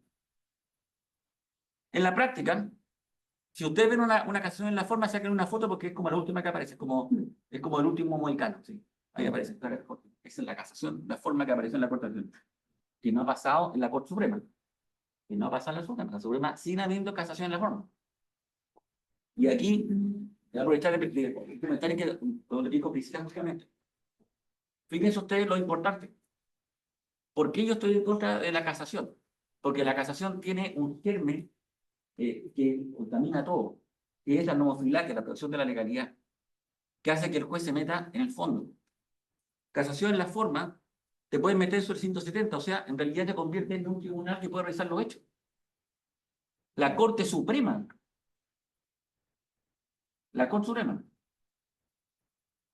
es demasiado suculento el que te digan que tú puedes revisar a través de la casación en la forma, realmente por la infracción del 170, y segundo también porque toda la infracción de ley, por ejemplo, las infracciones de la norma reguladora de la prueba, también es forma de entrada a los hechos. Si lo que nos importa es la uniformidad. Miren, la casación nació en Francia con una sola finalidad: proteger la legalidad del sistema. Nada más que eso. La uniformidad no importaba para los franceses revolucionarios. Primero porque la Corte de Casación, el Tribunal de Casación francés no era un tribunal, sino que la Corte de Casación francesa de Napoleón fue el primer tribunal. Y solo ahí apareció la idea de la uniformidad. Y la uniformidad es lo único que tiene que hacer la Corte Suprema, el Tribunal Supremo de un país. No tiene otro sentido. Por eso que la casación tiene un germen en sí mismo que destruye la función de la Corte Suprema o de los Tribunales Supremos. Además, sin casación la gente no se muere. Brasil no tiene casación y la gente no se quema los bonzos digamos, en la plaza, así como, no tenemos casación, vamos a morir todos aquí. No, no pasa nada. Y los países anglosajones no tienen casación y tampoco están muertos. ¿No? Se seleccionan los casos. Y seleccionan los casos. Entonces, Estados Unidos nunca ha conocido ningún país, Australia tampoco la tiene y la gente no se muere ni siente, digamos, agobio porque no tienen casación. Entonces, hay que tratar de ver las cosas, insisto, la uniformidad. Y el problema cuando la Corte no respeta la uniformidad porque se mete al fondo, tenemos lo que se denomina el supermercado de las decisiones judiciales. Significa que ustedes todos pueden buscar las opiniones que quieran en la sentencia de la Corte. Tienen A, B, C, D, E, F, Y, la que lo quieran, la que se le ocurra. Porque con tanta la integración en la sala que pueden haber miles de opiniones. Y por tanto eso impide que la gente invierta, porque en el fondo el Homo economicus dice, bueno, yo quiero saber si voy a tener, digamos, voy a poder recuperar lo que invertí. ¿Y qué se dice a todo el punto? No sé, pues depende de la integración de la sala. ¿Sí le va mucho? ¿O no? Muchas gracias. Pues no sé si una ronda de preguntas. Profesor, Sí. por favor, una pregunta. Hay que aprovechar que ahora lo invitan. Vale. Ni siquiera quiero discrepar. Pero voy a partir cuando se discutió el recurso extraordinario en el marco de la reforma procesal civil, soñamos con todas estas cosas. Y soñamos con el cerciorari, y soñamos con una Corte Suprema que se dedicara a unos fallos maravillosos, 7 al año, unas piezas jurídicas prácticamente, Oliver Wendell Holmes dictando jurisprudencia. Y era un proyecto muy interesante, pero que chocaba muy fuerte con la realidad chilena, por lo que anticipa el profesor Frías, es decir, porque eso implicaba, entre otras cosas, transformar las Cortes de Apelaciones en los tribunales de término.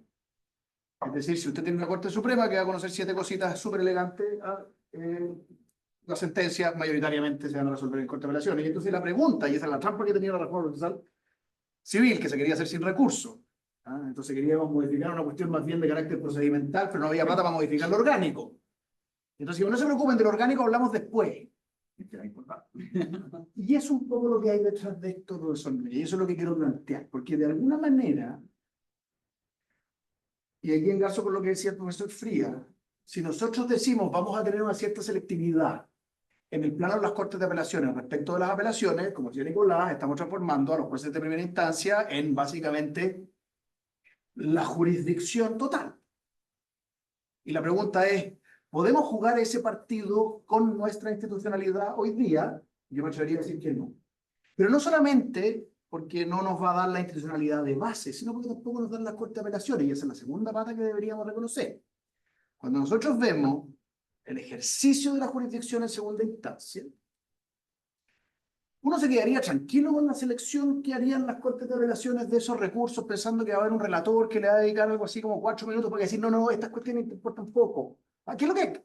Esa es la estructura que tendríamos funcionando hoy día, es decir, una sala resolviendo sobre la base de lo que le cuenta un relator, diciéndole, mire, ¿sabe qué?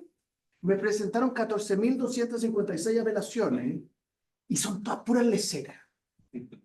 Y yo creo que hay como 4 o 5, les voy a explicar por qué usted tendría que conocer estas 4 o 5. Entonces, ¿qué es lo que quiero plantear? Esta es una aproximación que es particularmente valiosa. ¿Y quién podría estar en desacuerdo con el diagnóstico? El problema es que la solución, no, creo yo, no puede apalancarse exclusivamente en lo procesal, porque tenemos un escollo orgánico, un escollo institucional del que tendríamos que hacernos cargo al mismo tiempo. Entonces, si el profesor, es decir, si agarráramos como a veces se hacen estas reformas, entonces le diéramos el poder al profesor Núñez, y le decimos, Raúl, transfórmese en ministro plenipotenciario del presidente de la República en la reforma de este tipo de asuntos. Yo me atrevería a decir, me parece muy interesante lo que hacer con los recursos, pero esto solo es viable si esto implica una modificación institucional que en este minuto no sería capaz de cantar esta canción. Ni en primera instancia, ni en segunda instancia, ni tampoco en la Corte Suprema. Ese es el problema que le veo a este. Incluso, y es más, incluso habría como una especie como de falacia temporal. Porque cuando usted me dice, mire, vamos a desechar aquellas cosas en que más o menos estamos de acuerdo. Hay una pequeña falacia porque estamos de acuerdo porque las Cortes de Apelaciones y Suprema vienen resolviendo cosas durante mucho tiempo, entonces hay como un acervo, pero se va a perder ese acervo. En la medida que usted limite los recursos, va a ser más difícil encontrar esos consensos que permiten desechar estas otras cosas, porque van a haber consensos en las 4 o 5 cositas que vayamos fallando de vez en cuando. Entonces, lo que quiero decir es, creo que esta perspectiva es irredargüiblemente relevante, pero tiene un escollo institucional del que de alguna manera tendríamos que hacernos cargo, porque si no, la enfermedad nos va a salir, o sea, el remedio nos va a salir mucho peor. Ahora, yo estoy de acuerdo que hay que una reforma tiene que ser global, pero una cosa importante, por ejemplo, tiene que ver con que las reformas en la Unión Europea en los últimos 20 años han entrado en el sistema anglosajón, en el sistema europeo, no porque los europeos fuertemente hayan querido, sino que por el arbitraje. El arbitraje ha permeado el sistema europeo, civil continental, a tal punto que el case management, el sistema de selección de casos y todas las cosas, han ingresado no porque se hayan convencido que Inglaterra o Estados Unidos son mejores, sino que porque el arbitraje permeó completamente todo. Bueno, se llama Gonzalo describió muy bien el tema de recursos. ¿Por qué en el sistema de arbitraje hay pocos recursos? Por eso mismo, porque se restringe el acceso a los recursos en forma violenta. En forma violenta. Pero, y ahí comparto con el profesor Piña, de que hay que mejorar la instancia. Porque si no mejoramos la instancia no tiene ningún sentido. O sea, está bien que nosotros tengamos limitación de recursos siempre y cuando, como el arbitraje, tengamos una persona que sepa mucho, ¿cierto? Porque en ese caso, si yo tengo al profesor de Derecho Civil, no digamos, ya distinto, pero un tema que sabe, no al ingresado. Y eso pasa por una reforma también del acceso a la justicia, me refiero de lo que serían los jueces. Miren, hay una cosa que yo siempre he dicho. Los sistemas anglosajones, no hay ningún niño, no son niños, de 24 años como juez de la instancia. Los sistemas anglosajón no existen. ¿Por qué? Porque para entrar a un sistema anglosajón, casi todas las personas entran cuando vienen ya de salida, ya son doctores, ya son y por tanto la selección se hace en un sistema distinto. No hay carrera judicial, su incorporación es un tema absolutamente distinto. ¿Es un sistema más barato? Sí, más barato, porque ahora la academia judicial no tiene que formar a nadie, están todos formados. Es probable que en el sistema en Inglaterra o Estados Unidos el profesor Piña pueda hacer, digamos, incluso pueda, digamos, en este momento estar pensando en años más, entrar a juez de primera instancia, o penal, o incluso a la Corte, al Court of Appeal de Londres, en materia de la sala penal. Entonces es necesario al profesor Piña llevarlo a la academia judicial, explicarle el ABC, explicarle lo que es el tipo, la acción, el dolo. Pues le pueden hacer dibujar el toro, que es muy difícil, pero... como hacía... Ya, bueno, la broma que hacía Miguel Soto, de dibujar el tono. Bueno, pero a lo que voy yo es que, fíjense ustedes, esto tiene que ver con una idea mucho más profunda. La reforma al sistema tiene que ver con no academia judicial, porque no es necesaria la academia judicial. Segundo, no hay carrera judicial, porque en el fondo lo que entran son personas formadas. Tercero, todo el mundo tiene ingreso, todos pueden competir directamente para cualquier ingreso, o sea, a la Corte de Apelaciones postulan todos, no existen, no es especialmente el concurso interno, no, eso no existe, no hay concurso interno. Puede haber una persona que ha estado 10 años como juez de, digamos, de paz, como yo, que me ocurrió, voy a entrar un tiro que quiera ir a la Corte of Appeal de Londres. Ya, perfecto, voy, y concurso. ¿Quién gana? El mejor. No hay preferencia por eso. Entonces digo, de acuerdo, la reforma parte por la base de reformar la forma de ingreso al Poder Judicial, al anglosajón, establecer un sistema de primera instancia mucho mejor como Poder Judicial. Y ahí tú puedes restringir el sistema de recursos. Ahora ya, para seguir ya ir avanzando, vamos a hacer una ronda de preguntas. Entonces, levanta la mano, digamos, vamos ahí.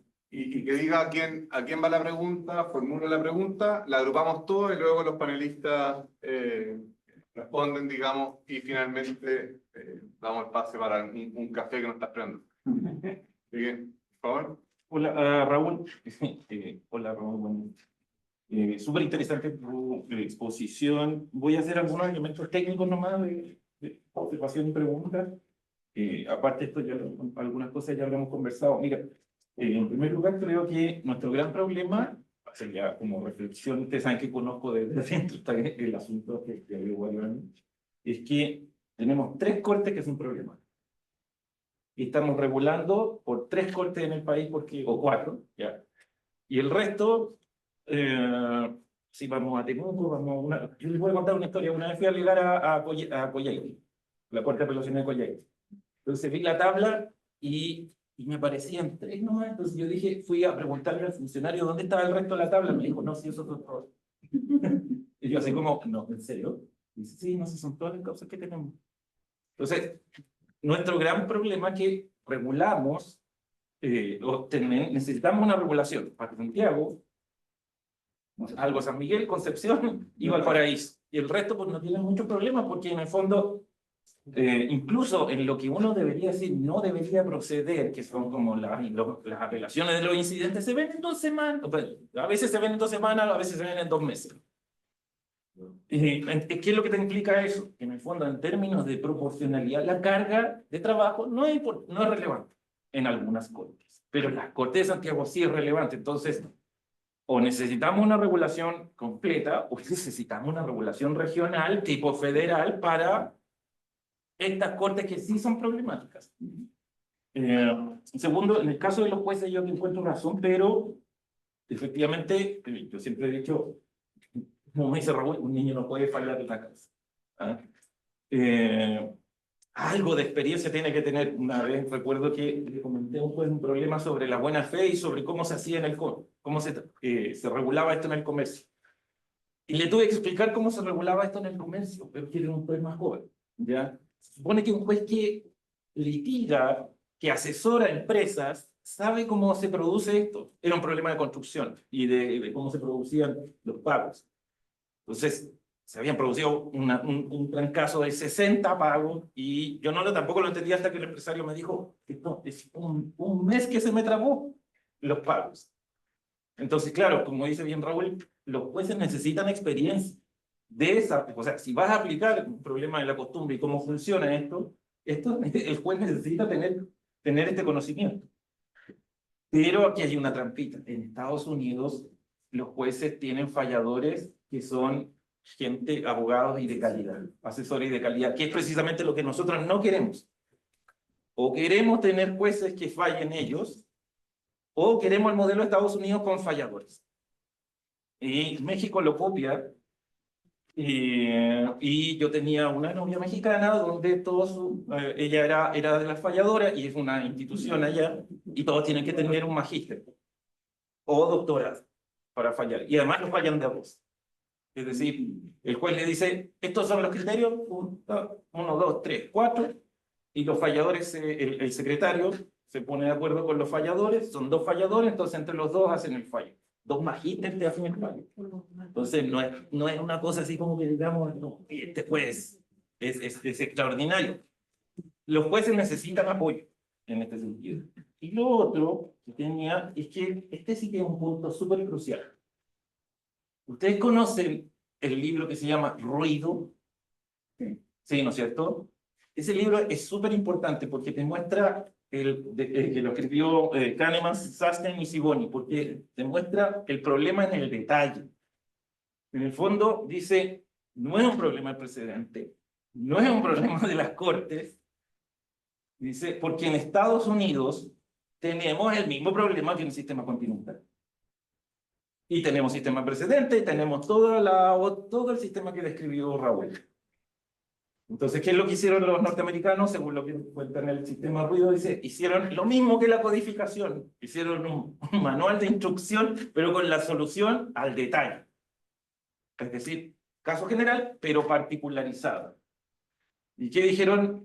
¿Cuál fue el problema que se armó? Es que precisamente nosotros, como nos gusta tener opiniones diversas, dijeron, esto no puede ser así porque le quita la discrecionalidad al juez para optar por cuál podría ser la mejor opinión. Entonces, yo encuentro que Raúl tiene un punto muy importante, porque efectivamente las Cortes deben velar por algo de la jurisprudencia. La jurisprudencia y la uniformidad tienen que ser un valor. Pero yo no estoy tan seguro en términos de análisis multifactorial. Esto es relevante porque es la forma, el análisis multifactorial es una forma de hacer precisamente análisis económico. Si efectivamente todos los elementos que integraste tú son relevantes. Es decir, si es completo, que es básicamente lo que decía Juan Ignacio. Yo estoy también por la idea de, como dice Ruido, de que hay elementos factores y elementos que producen este ruido que van a producir la desafección. Y en esa perspectiva, parece que necesitamos, como dice Juan Ignacio, tomarlo más globalmente. Efectivamente, tal cual como lo dices tú. Pero creo que, claro, hay elementos que producen este ruido y que necesitamos también enfrentarlos, quizá también con una legislación mucho más específica para que se produzca la uniformidad. Si en el fondo, como dice Ras, las soluciones jurídicas evitan la discreción o tratan de evitar la discreción de las personas. Es decir, lo que yo creo pues, que debe ser una solución, el ordenamiento jurídico me dice, usted no lo crea, aquí tiene la solución. Gracias. No sé, Andrés, tiene una pregunta y luego... Muchas gracias. Yo, muy breve, quiero agradecer la exposición del profesor Núñez, el profesor Fernández, la profesora Machado. Lo era súper específico respecto a la propuesta de ley referenda del profesor Núñez, que me llamaba bastante la atención, me parecía súper atractiva, interesante y con una flexibilidad suficiente como para que, de manera simple, algunos de los problemas, desastres que estamos escuchando en la exposición puedan evitarse. Pero mi pregunta en concreto era, ¿qué sería necesaria la unanimidad de los ministros de la Corte? Tomando también una de las soluciones que tenían en Francia, la voz del pueblo es una, o sea, no existen estas decisiones minoritarias. Y como vemos a veces en casos en Chile, en las Cortes, en la Suprema, en particular más que en la Corte de Apelaciones, en el último tiempo, a veces una voz disidente bastaría para que las causas se vieran constantemente sin una mayor modificación de lo que hay. Como digo, considerando además, y no que quiera sospechar de nadie, pero además que tenemos la institución de los abogados integrantes dentro de las Cortes, también podría haber un abogado que después esté litigando más tarde, una causa que también le puede interesar. Y por último, respecto de la selección de casos en materia civil, probablemente no mucho, pero en materia de recursos de protección, al menos de forma en la práctica, a mí me da la impresión que ocurre bastante, ¿no? en materia de inadmisibilidad.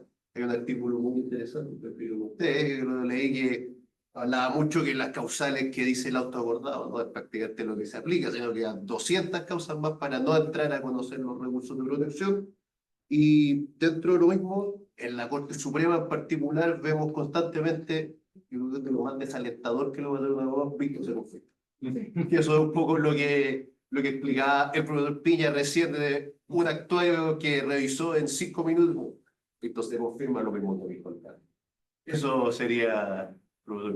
Gracias. Muy breve, una pregunta al profesor Núñez y otra a la profesora Machado. Al profesor Núñez, este análisis económico, ¿cómo se relaciona con un tema más jurídico, que es el efecto relativo de las sentencias? Porque a mí siempre me ha parecido que es bastante absurdo, pero bien complejo que la Corte Suprema, por ejemplo, tenga que decir 100 veces al año que el incumplimiento en la resolución tiene que ser esencial. Cuando es una pregunta que se discute tantas veces, entonces... ¿Es realmente más eficiente un sistema en el que hay un precedente, que hay el principio stare decisis como los norteamericanos?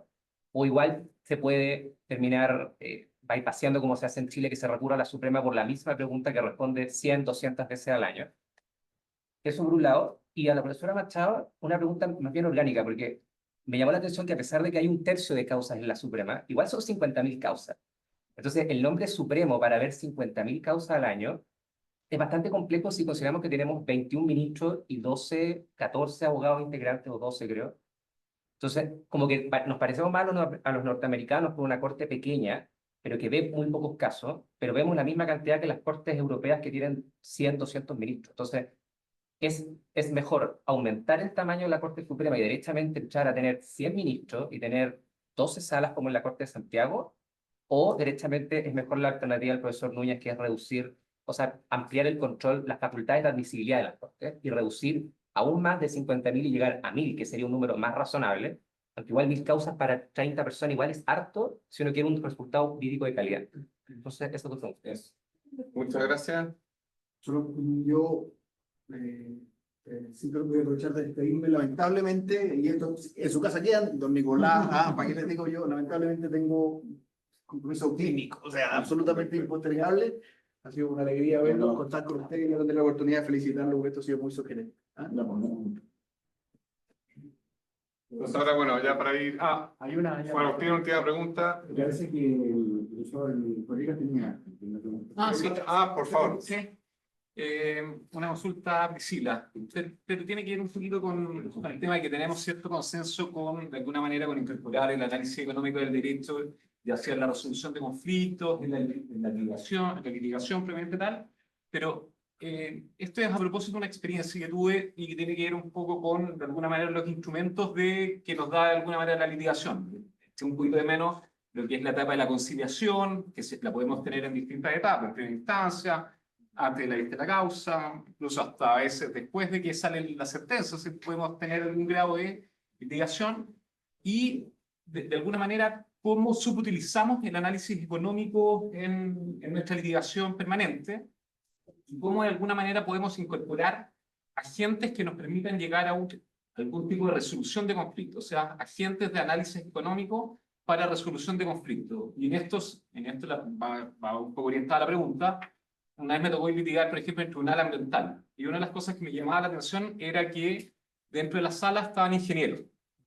Y la dinámica era completamente distinta, ¿ya? Porque era de ronda de preguntas, de respuestas, después del alegato. Por lo tanto, daba algún margen mayor para una resolución del conflicto. Por lo tanto, en el marco de un proceso de reforma, ¿cómo podemos incorporar la litigación, o sea, el análisis económico del derecho para esta resolución de conflictos en una litigación permanente que estamos inmersos? Muchas gracias. Juan Agustín. Gracias, Nicolás. Es una pregunta al profesor Fernández.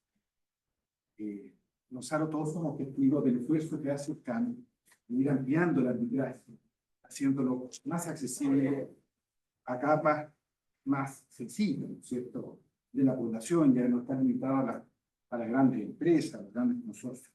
Y la pregunta es, si sabe, ¿cómo ha sido ese esfuerzo?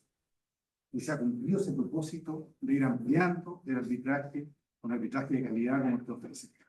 Esa es mi pregunta. Perfecto, muchas gracias. Entonces, simplemente Raúl, luego Priscila y luego Gonzalo. Bueno, a ver, dos cosas importantes. Muchas veces se ha hablado en varias preguntas algo del precedente. Quiero decir una cosa importante.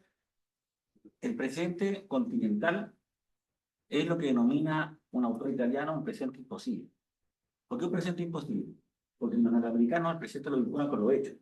Y en la Corte Suprema, la casación en el fondo, siempre no tiene que ver con los hechos, sino que lo que hacen, la Corte Suprema lo que hace, o lo que pretende hacer la casación, es lo que hacen los profesores.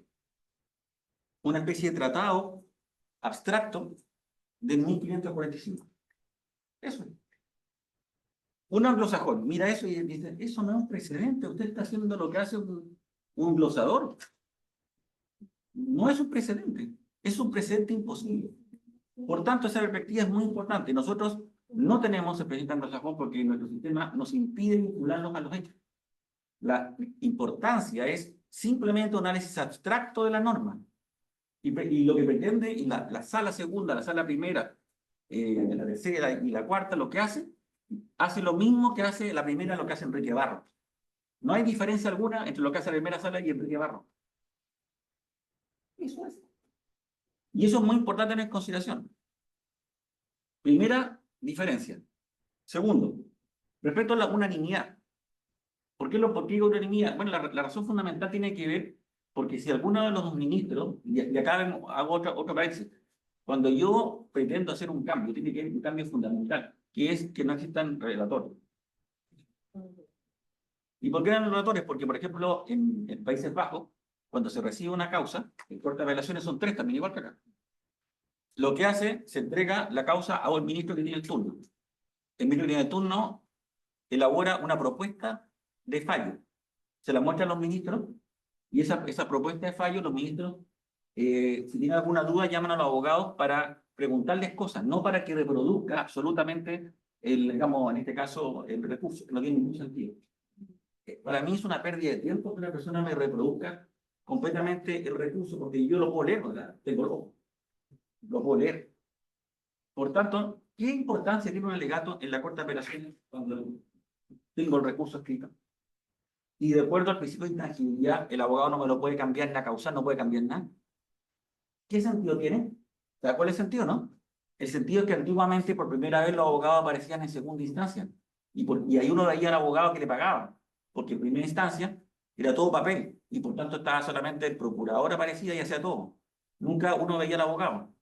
Por eso aparecen los alegatos tan importantes para nosotros en las Cortes de Apelaciones y la Suprema. Pero en el fondo eso no es importante. En la mayor parte de los sistemas europeos no hay alegatos en ese sentido. De hecho, no hay alegatos.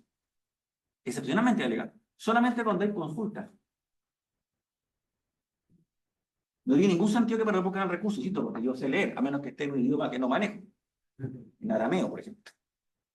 Si está en arameo, bueno, me lo traduzcan. Pero si no está en arameo, no tiene ningún sentido una persona que me esté 10 minutos, 15 minutos escuchándome. O 30 minutos. ¿Ya? Entonces, si una persona lo tiene y presenta el caso a los otros ministros, se le cree la unanimidad. ¿Por qué? Porque si alguno tiene dudas sobre la decisión de sacarlo para afuera, por ahí está la unanimidad. Esa es un poco la idea. ¿Ya?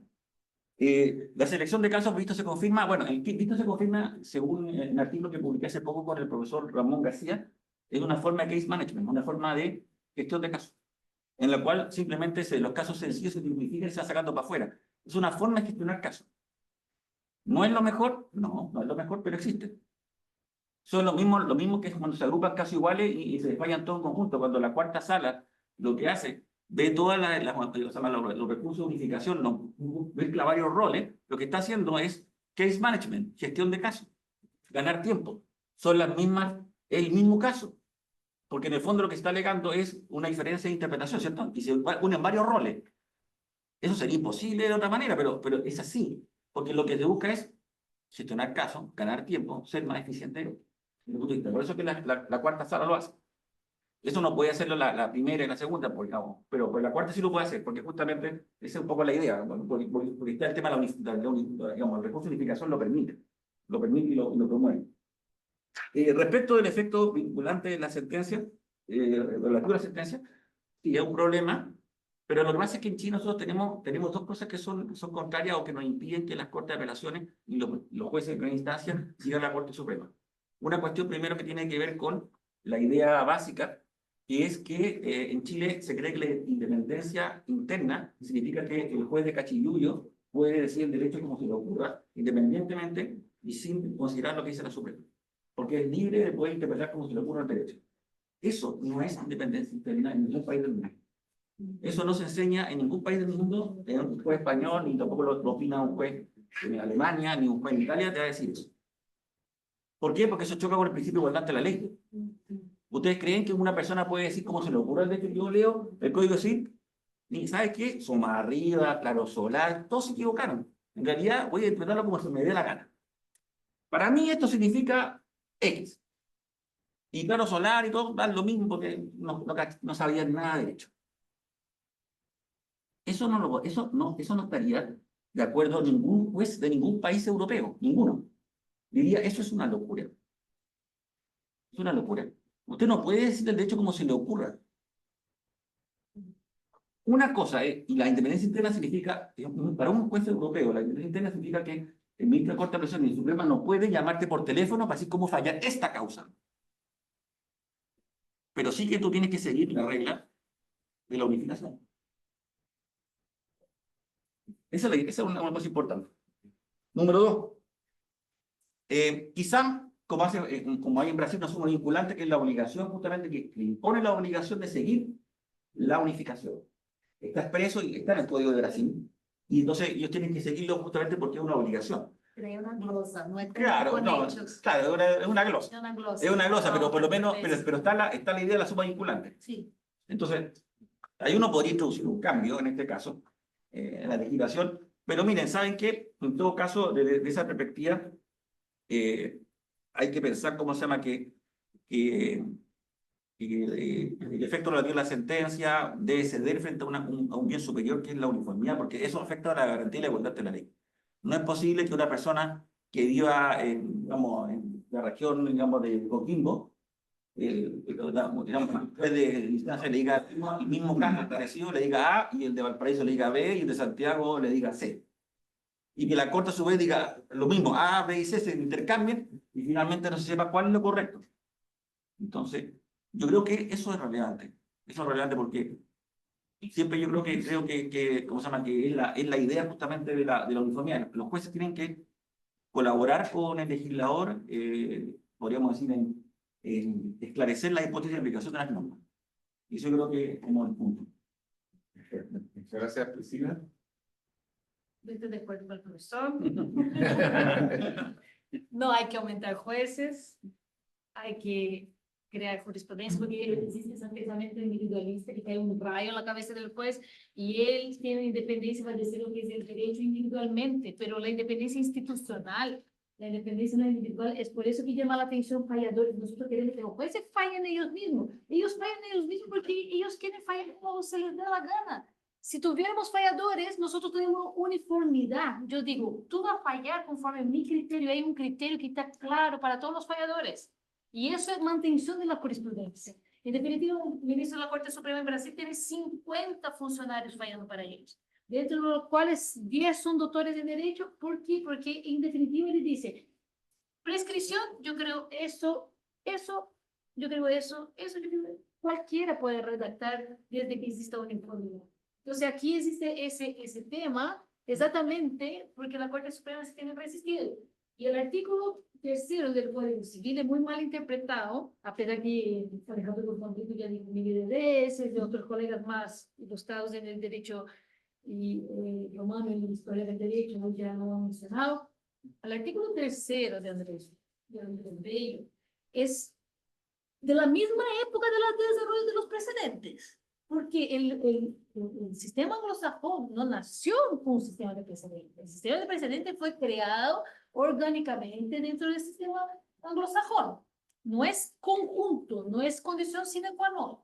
Entonces, cuando Andrés Bello escribió el código, no existía la noción de precedente como nosotros tenemos hoy en día. Lo que él estaba tratando de evitar con la redacción del artículo 3 eran las denominadas, porque él miraba el sistema francés, él no estaba ni ahí con el sistema anglosajón, él nunca pensó en un sistema de precedente. Él lo que quería evitar eran las sentencias de reglamento, arrêt de règlement, que del derecho francés, que serían las sentencias marco, que dentro del sistema ambiental para nosotros es súper aceptable. Entonces, hace como 2 semanas una ministra de la Corte Suprema publicó una columna en el Mercurio diciendo, en Chile la jurisprudencia no es vinculante, no es obligatoria. ¿Quién dijo que no? ¡Ay, que no hay norma! Pero fíjate que en los sistemas anglosajones tampoco hay norma, solo que es un sistema ético. O sea, un sistema que reconoce la formación del derecho. Yo no puedo cada día decidir de una forma aleatoria y discrecional. Entonces, por eso aquí yo creo que no hay que aumentar eso. Y sobre el colega, obvio que debería tener un estudio sobre eso, no sé, yo no lo tengo claro si hay un estudio acá en Chile sobre los efectos de los mecanismos de resolución de conflictos. Pero a propósito de nuestra visita institucional de la Iglesia Católica en Brasil, nosotros visitamos un tribunal de 200 ministros, que es el Tribunal de Río de Janeiro, y ellos en conjunto con la Pontificia Universidad Católica de Río establecieron un mecanismo en el sistema, en la plataforma de ingreso de causa de la oficina virtual de ellos, que posibilita cuando la persona ingresa la demanda, ya le aparece una pestaña mediación. Y ellos van subiendo y pueden, sin ver la otra parte, y proponer, estoy dispuesto a tener mediación. Y eso redujo 30% de los casos. Solo con la pestañita. Entonces, esos mecanismos yo creo que obviamente son súper valiosos para la gestión de las causas. Nosotros tenemos muchas resistencias a la tecnología como cultura local, pero dejo esa experiencia que vivimos ahí con los colegas que visitaron el Twitter. Gracias. Muy brevemente ahora que dos cosas. Una en relación a la pregunta y al comentario que se está haciendo respecto de la conciliación. Aquí tener presente que nuestro sistema se ve desde afuera como una rareza porque tenemos la conciliación obligatoria, digamos, en el juicio ordinario y en el arbitraje. Y uno habla a nivel internacional de eso y uno lo queda mirando y dice cómo que el mismo juez o árbitro se convierte en conciliador cuando tiene otro rol, eso todo el mundo lo ve como algo muy extraño. Y creo que sería útil repensar eso y fomentar lo que se está haciendo ahora en Chile, que es bueno porque la conciliación o la mediación puede ser un mecanismo muy eficiente, pero no tenerlo como una etapa dentro del juicio, sino que tenerlo como un mecanismo alternativo, como una cláusula escalonada al principio y antes del arbitraje. Yo creo que eso puede ser mucho más eficiente y no mezcla este rol un poco esquizofrénico, digamos, del fallador que por un momento tiene que desdoblarse y transformarse en otra cosa. Entonces, es una cosa bastante única. Y respecto a la pregunta del profesionalismo, de cómo los esfuerzos que se hacen en Chile, o si es que lo hay alguno, respecto de acercar la justicia arbitral a, digamos, gente que puede tener no tantos recursos económicos, yo creo que efectivamente los números lo avalan. En las estadísticas de nuevo del 2024, muchísimas causas, la mayoría, diría yo, de los ingresos nuevos, dicen relación con cuantías que no son tan elevadas. La mayoría, digamos, incluso hay muchos que son de 1.500 UF hacia abajo. Y el mecanismo que ha implementado el Camp Santiago es crear una nómina de árbitros jóvenes, que son árbitros menores de 40, que están siendo formados, y hay un procedimiento que es más simple cuando estamos hablando de cuantías menores. Entonces, uno ve que ahora la gente pacta con bastante, digamos, libertad, cláusulas Camp Santiago, y funciona de manera muy eficiente. Y el segundo mecanismo que yo que ayuda es que existe una red de árbitros pro bono, que está fomentado por la Fundación Pro Bono y que tiene también, digamos, mucha interconexión con el Camp Santiago. Entonces, hay muchos abogados, digamos, que tienen una vocación digamos, de servicio social, que entienden que tienen que cumplir con este rol y por lo tanto se inscriben en esta nómina de árbitros pro bono en que no van a cobrar por sus servicios actuando como árbitros, son gente bastante reputada. Por lo creo que ese es un doble mecanismo por el cual se está acercando la justicia arbitral a gente que normalmente tal vez uno podría decir que no lo tendría. Así que eso en aras de la brevedad. Muchas gracias. Perfecto, muchas gracias. Les damos un aplauso.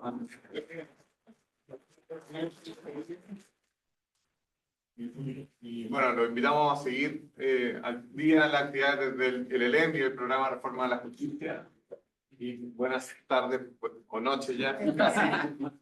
Y hay un café afuera esperando. Gracias. Muchísimas gracias.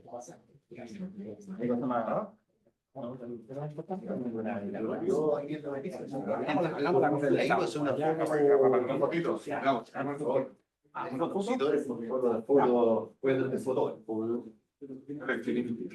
¿Dónde nos paramos aquí? Saco la foto de mí. No, iba a quedarle la Salga la Católica al paraíso. Salga la Católica al paraíso. Sí, porque la Católica No, seguimos la huella afuera con el logo del LLM. Para que no salga la... Sí, lo de ahí con... Por ningún motivo. Y después, la mención. No, me encanta Santiago. Una cosa es... Vamos a estar ampliando el... Bueno, el dato se nos va a Claro, no, lo que voy. ¿Estamos modelando el contrato? Sí, no,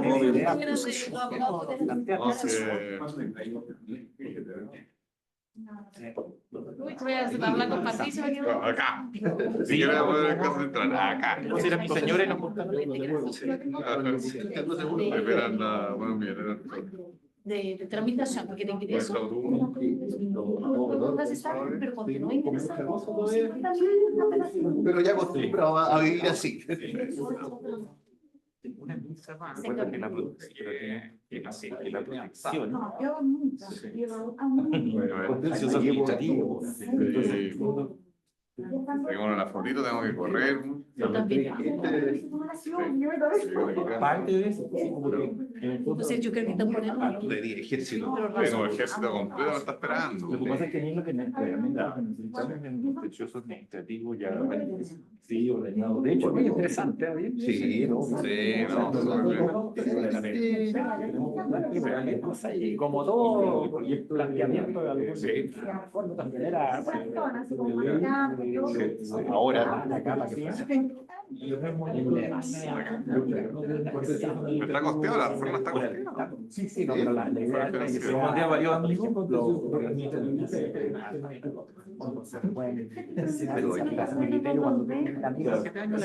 Es difícil porque depende de. toda la estructura, digamos. Eso es. Sí, po, está costeado.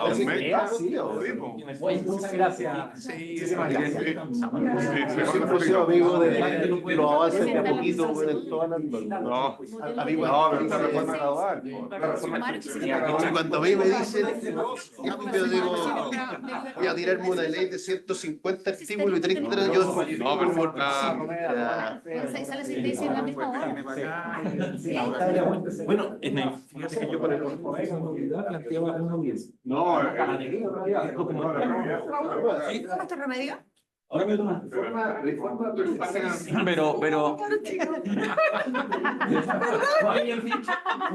Pero también cuidado. muy bien, ¿cómo está? Usted no soy el pato. vive yo soy el coto.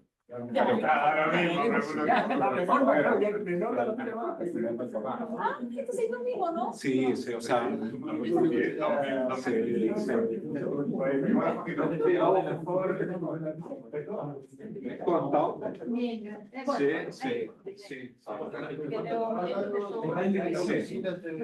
pero no fue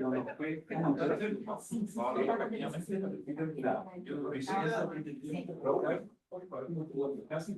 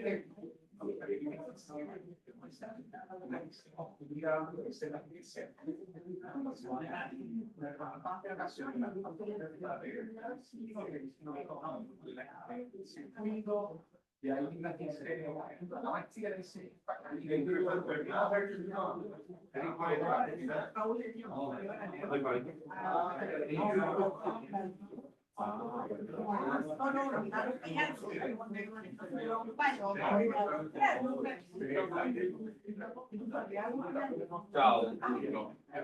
Igual.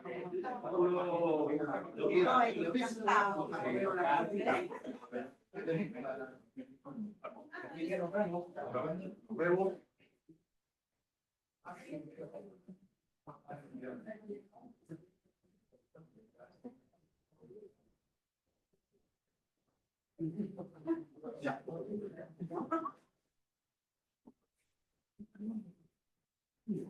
Yo soy Sí, sí, sí, eso mismo. Van a cerrar, ¿no? Lo saco el tiro. No, no, no. Ah, ya. Pues porque lo que no dejan.